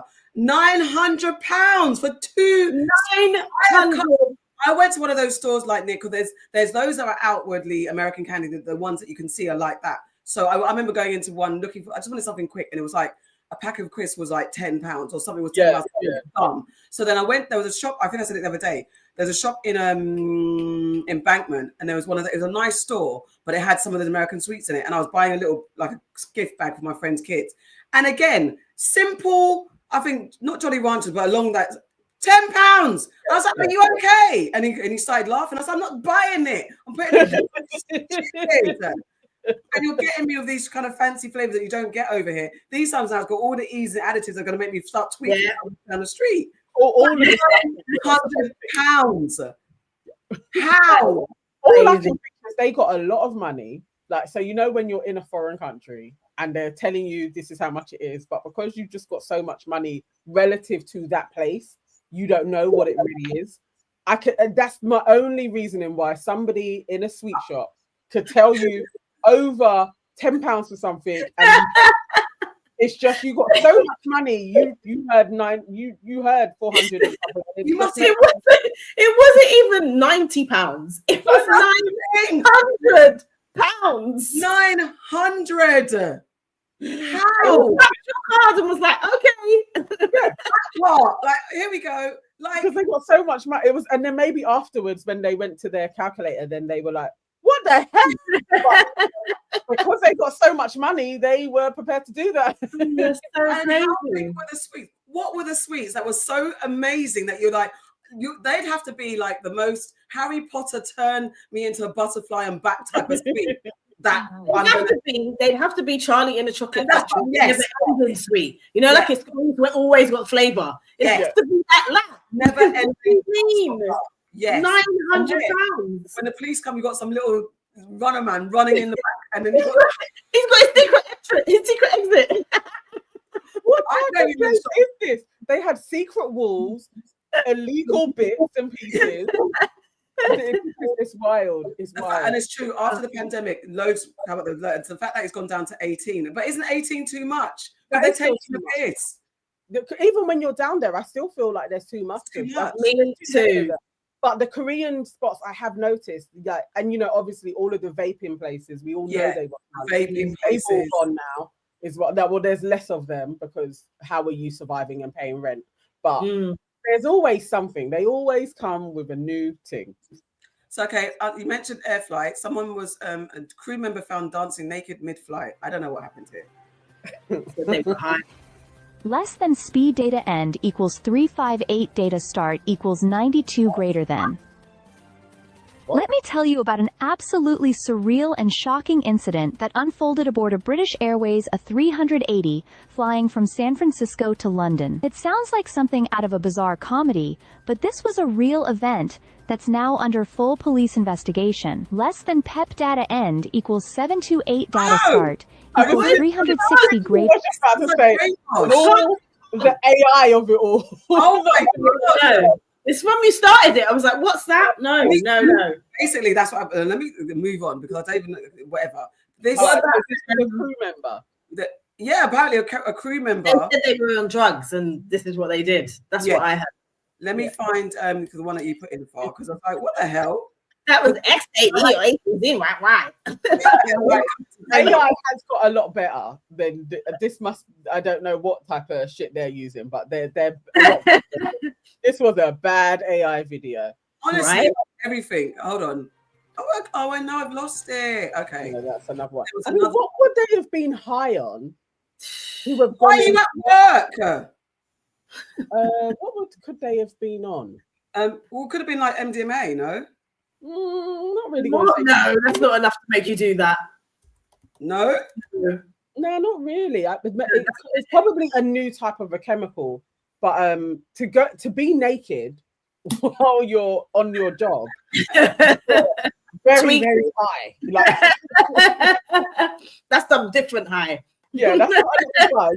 Like, let me take a little buzz for the what would it 9-hour flight or something. That is high. Wow. Oh my god, that's insane. Imagine being on that plane. I know. Oh my! I would have been laughing my head off. I would film that shit. Yeah, yeah.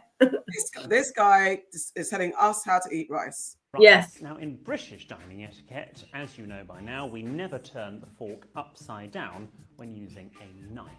So when eating rice with both a fork and a knife, just like peas, we push the rice onto the back of the fork and eat like so.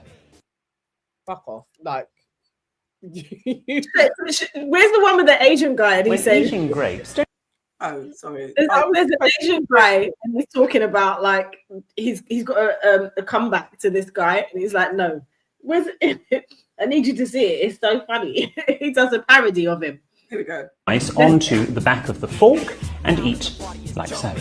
How to eat rice in a Malaysian setting.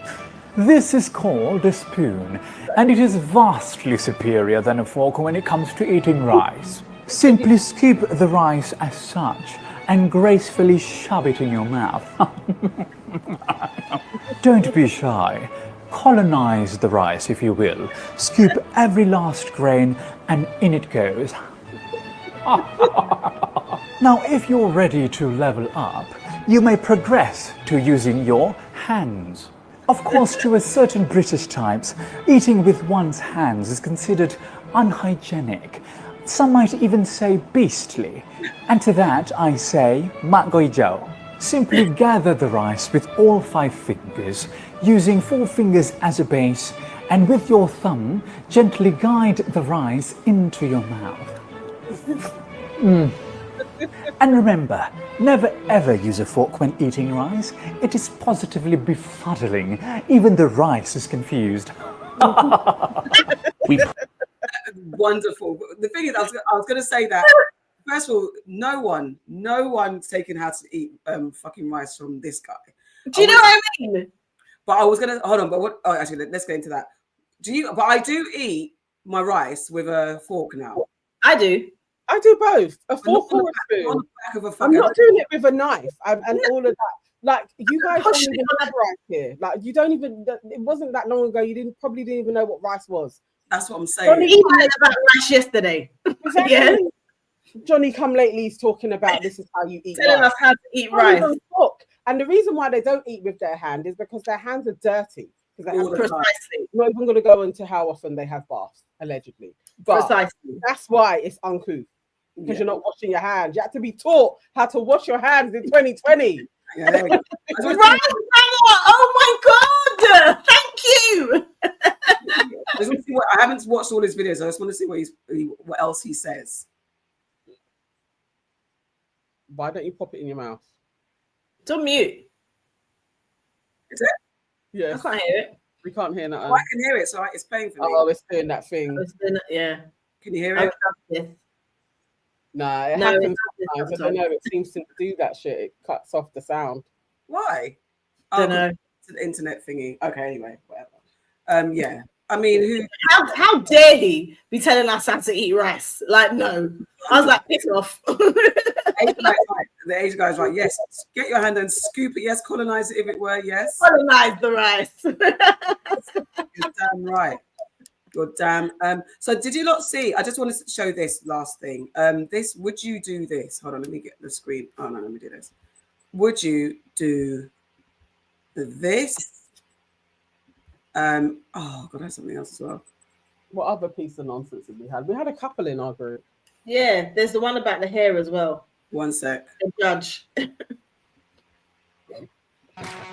Welcome to the world's first outdoor tilt experience. Conquer the sky, defy your limits.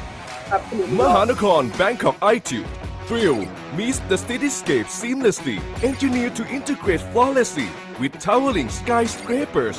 Next level safety.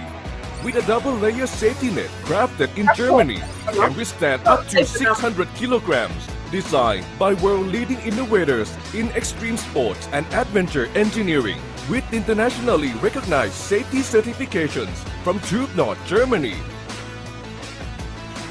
World's first 65-degree outdoor tilt. Experience a whole new perspective of Bangkok's skyline at 296 meters, where the horizon feels just within reach. Do you dare to defy your limits? Try now. The thrill awaits on the 75th floor at King Power, Mahan. Now, I'm for roller coasters and those kind of things. I'm a thrill seeker to a degree, but I'm not in that shit. You're not leading me over no fucking 75-story building in a net. No. About no. double. Those were big holes. One, I don't. No, absolutely not. It's never taken place, and it didn't look safe. They weren't even strapped in. They just stepped into it. They're just lying on top of the mesh. No. Because what are they going to say? Sorry. And again, it's some of those things when it's like, no one's gonna feel sorry for me. Yeah. Like, I want you to be sad at my funeral, not giggling. Yeah. Like I miss you, my friend, but who the fuck told you to go up on that thing? I wouldn't even do that from a first-story building. Listen. No, let alone a 75 one. No. There's just no need. There's no need at all. I saw this as well. I don't know if this was another. Passengers suffer a scare when the plane's ceiling suddenly collapses after takeoff. Whoa. The passengers hold up the ceiling with their bare hands for about 40 minutes. The Delta airline flight from Atlanta was headed to Chicago and had to be turned back to Atlanta. Passenger Tom Witchy filmed the bizarre incident. That's his arm holding up the ceiling. How crazy is it that the ceiling comes down? Were you worried that more bad things were about to happen? And when the ceiling comes down directly above you on a flight, it's not reassuring. Upon takeoff, there was like loud banging sounds, and then with a really loud bang after we had fully taken off, the entire panel came off, and you could see sort of exposed wiring. He says responding to the ordeal became a team effort. Myself, the gentleman across the aisle from me, we were the first two to grab it. The woman seated next to me was an engineer. She sort of climbed over me while we remained holding it, and she determined there was a missing bolt. He says fortunately there was a passenger who happened to have bright yellow tape to hold it in place. Incredibly, the same thing happened on another Delta flight on the very same day, but during that scare, a passenger was hit on the head. In the second incident, the Delta flight from Santa Ana, California was landing in Atlanta when the ceiling collapsed. Delta Airlines tells Inside Edition the customer was briefly met by EMTs who recommended minor skin care. The airline calls the collapse of the ceilings a rare occurrence, and there was no danger to either plane. Twice in one day! A rare occurrence. I mean, I don't know what's going on with Delta, either you've been infiltrated by people that want to take you down, or Listen, and the thing is, the fact that I'd want free flights for life, but not on Delta. No, somehow I need free flights. I'm never going on a Delta again. A lot of money compensation. I don't care if I just needed if something fell on my head while I was on your plane, you have to pay me. Like, no. Yeah. And everybody, even when I'm holding it up, I need payment. My arm. All of that, no. Don't tell me about it's superficial. If it's so superficial, then why is it there? I don't need to see it. I don't want to be on a plane and have that. I've now got anxiety. I can't travel anymore. Listen, I can't put my hand down because it's stuck. Hey, me. What is There's a going woman that on? Aviation. They sealed it with duct tape, with yellow bright tape. Like, that's crazy. No. That's nuts. It's been a year since Trump has come in. There's been too many things going on. I saw this one. I don't know. It's not. Maybe it's not too funny, but this guy was posing as a teenager. And is facing felony forgery charges after police say he posed as a high school teenager in Ohio for over a year and a half. What? Hello, how's it going? Good, how are you? What's your name, man? I'm Tony. Anthony. This is quite the story. You are watching video of Anthony Labrador Sierra's arrest. He played on the school's JV soccer and swim teams, enrolling in the Perrysburg school system near Toledo without a legal guardian, claiming that he was trafficked from Venezuela. Police say he used a fake Venezuelan birth certificate showing that he was 16 years old. A judge placed him in guardianship with a Perrysburg family. The investigation began when a woman contacted the host family last week, claiming that Sierra was the father of her child. The judge told Labrador Sierra he could be deported if he's convicted of the forgery charge against him. Anonymous accusations are false. I really haven't heard anybody. That's why we're going to get you an attorney to assist you. That is your right. That's what we're going to be working on, okay? For their part, Perrysburg police say that Labrador Sierra had an expired visa status as of 2023. While enrolled in high school, he reportedly obtained temporary protected status as a Venezuelan migrant. What the fuck? What in the hell? How you know what? Then you thought, I'm going to beat the system. I'm going to get someone to adopt me or foster me, and then I'm going to have protected status because I've been trafficked, and I'll just do school. It's cool. No. That's wild. Like, I know this is a thing. Like, usually, you know, when you would watch the Passport series, there would be some uncle trying to pretend and be like, I'm 15 years old. It's like, bro, you're 40. He actually kind of does look a little bit. Could get away with being. Yeah. Hardback 16, but 16 nonetheless. Yeah. Hardback 16. And then you could believe it. He's from Venezuela, saying he's been trafficked. So you may think, he's had a little bit of a hard life. Yeah. But if you have a whole child that you've run from, that the baby mother is like, he's lying, bro, this is stupid. You got a situation. Like, got people to take him in. Imagine what his foster parents. I know. Exactly. It's actually a little scary though, because well, like it's in all seriousness, it's a bit much. But, come on, a whole father. This is the thing. Like, this is my father of my child. Actually, oh God, imagine that. 24. You know, you're just rude. Okay, and that's that. So that's that on that. A bit of nonsense for you to lighten up the mood, guys. Thank you so much for joining us this Sunday. It's been amazing, and thank you, as Nana read out, all our contributions, our tithing this Sunday. Well, wonderful, I mean, guys. if anybody else wants to, serve up some Sunday delight, that would be appreciated as well for the Sunday service. And extra for happy birthday extras for Farrah, and it's rolling into Nana's birthday. Yes. We'll need the next birthday gifting. And then you could do pre-birthday for me if you like.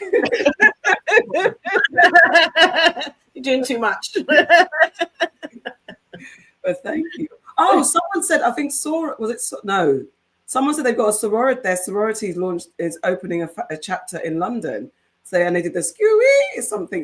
I saw it way back. I can't remember who said it. Oh, okay. I didn't know that even if that's new then, because we don't really have that. I think I'm assuming it's maybe those who traveled, who studied abroad, and maybe they're bringing the sorority factor over here. So I didn't get to go and address that. Could be quite interesting. We don't have sororities or fraternities over here in the same way that they do in America.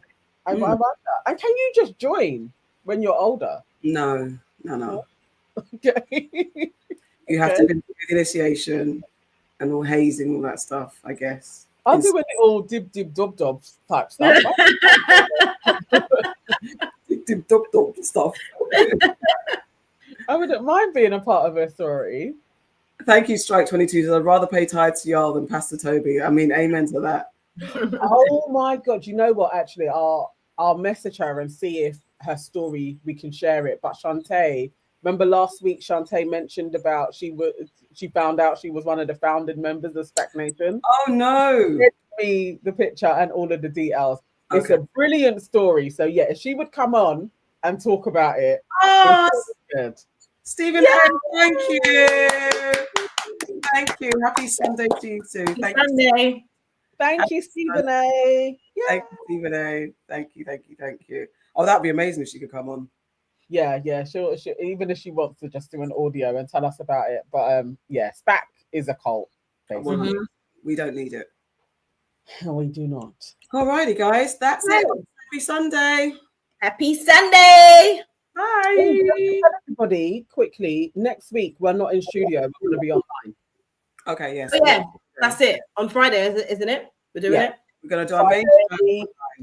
8 o'clock, probably around there. But yeah, we'll do our main show online. So join us next Friday. Yeah. Oh, maybe we should do the call-ins, Nans. Oh, yeah. Let's do the call-ins. And we confuse all of it and do some comments as well. Yeah. Very true. Yeah, let's do it. Let's have a bumper show. We're not going to go to bed till midnight. It's going to be live, Sora. It'll be live. Oh no, I've got to cook for someone's event on Saturday, so I'm sorry I won't be able to be online for 2 you got to make jollof rice, isn't it? I want some. That's what they've asked for. Thank you. I want some. I didn't get any for my birthday, so I want some. Oh, okay. Thanks. And maybe like one of your cakes.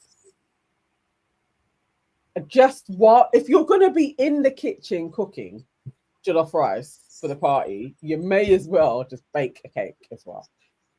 Thank you. I don't see the problem there, personally. This is when you don't need 2 Geminis in your clique because they gang up on you. Yes, we did be in our Wednesday show, Sora. We're not going to do our live. Well, we're normally in studio and you'll get it. We're just going to go live on Friday because we're not going into studio. So you'll get our main show on a Friday. Yes. Yeah, we'll do it live so you can be with us. Little Rock, everybody calm down. Everybody calm down. Thank you, Dammy J. Do I look like a chef to you? Okay, bye guys. You know when they do this, isn't it? Where's Cher? Cher's usually the one that will ask us questions and hook us in for longer.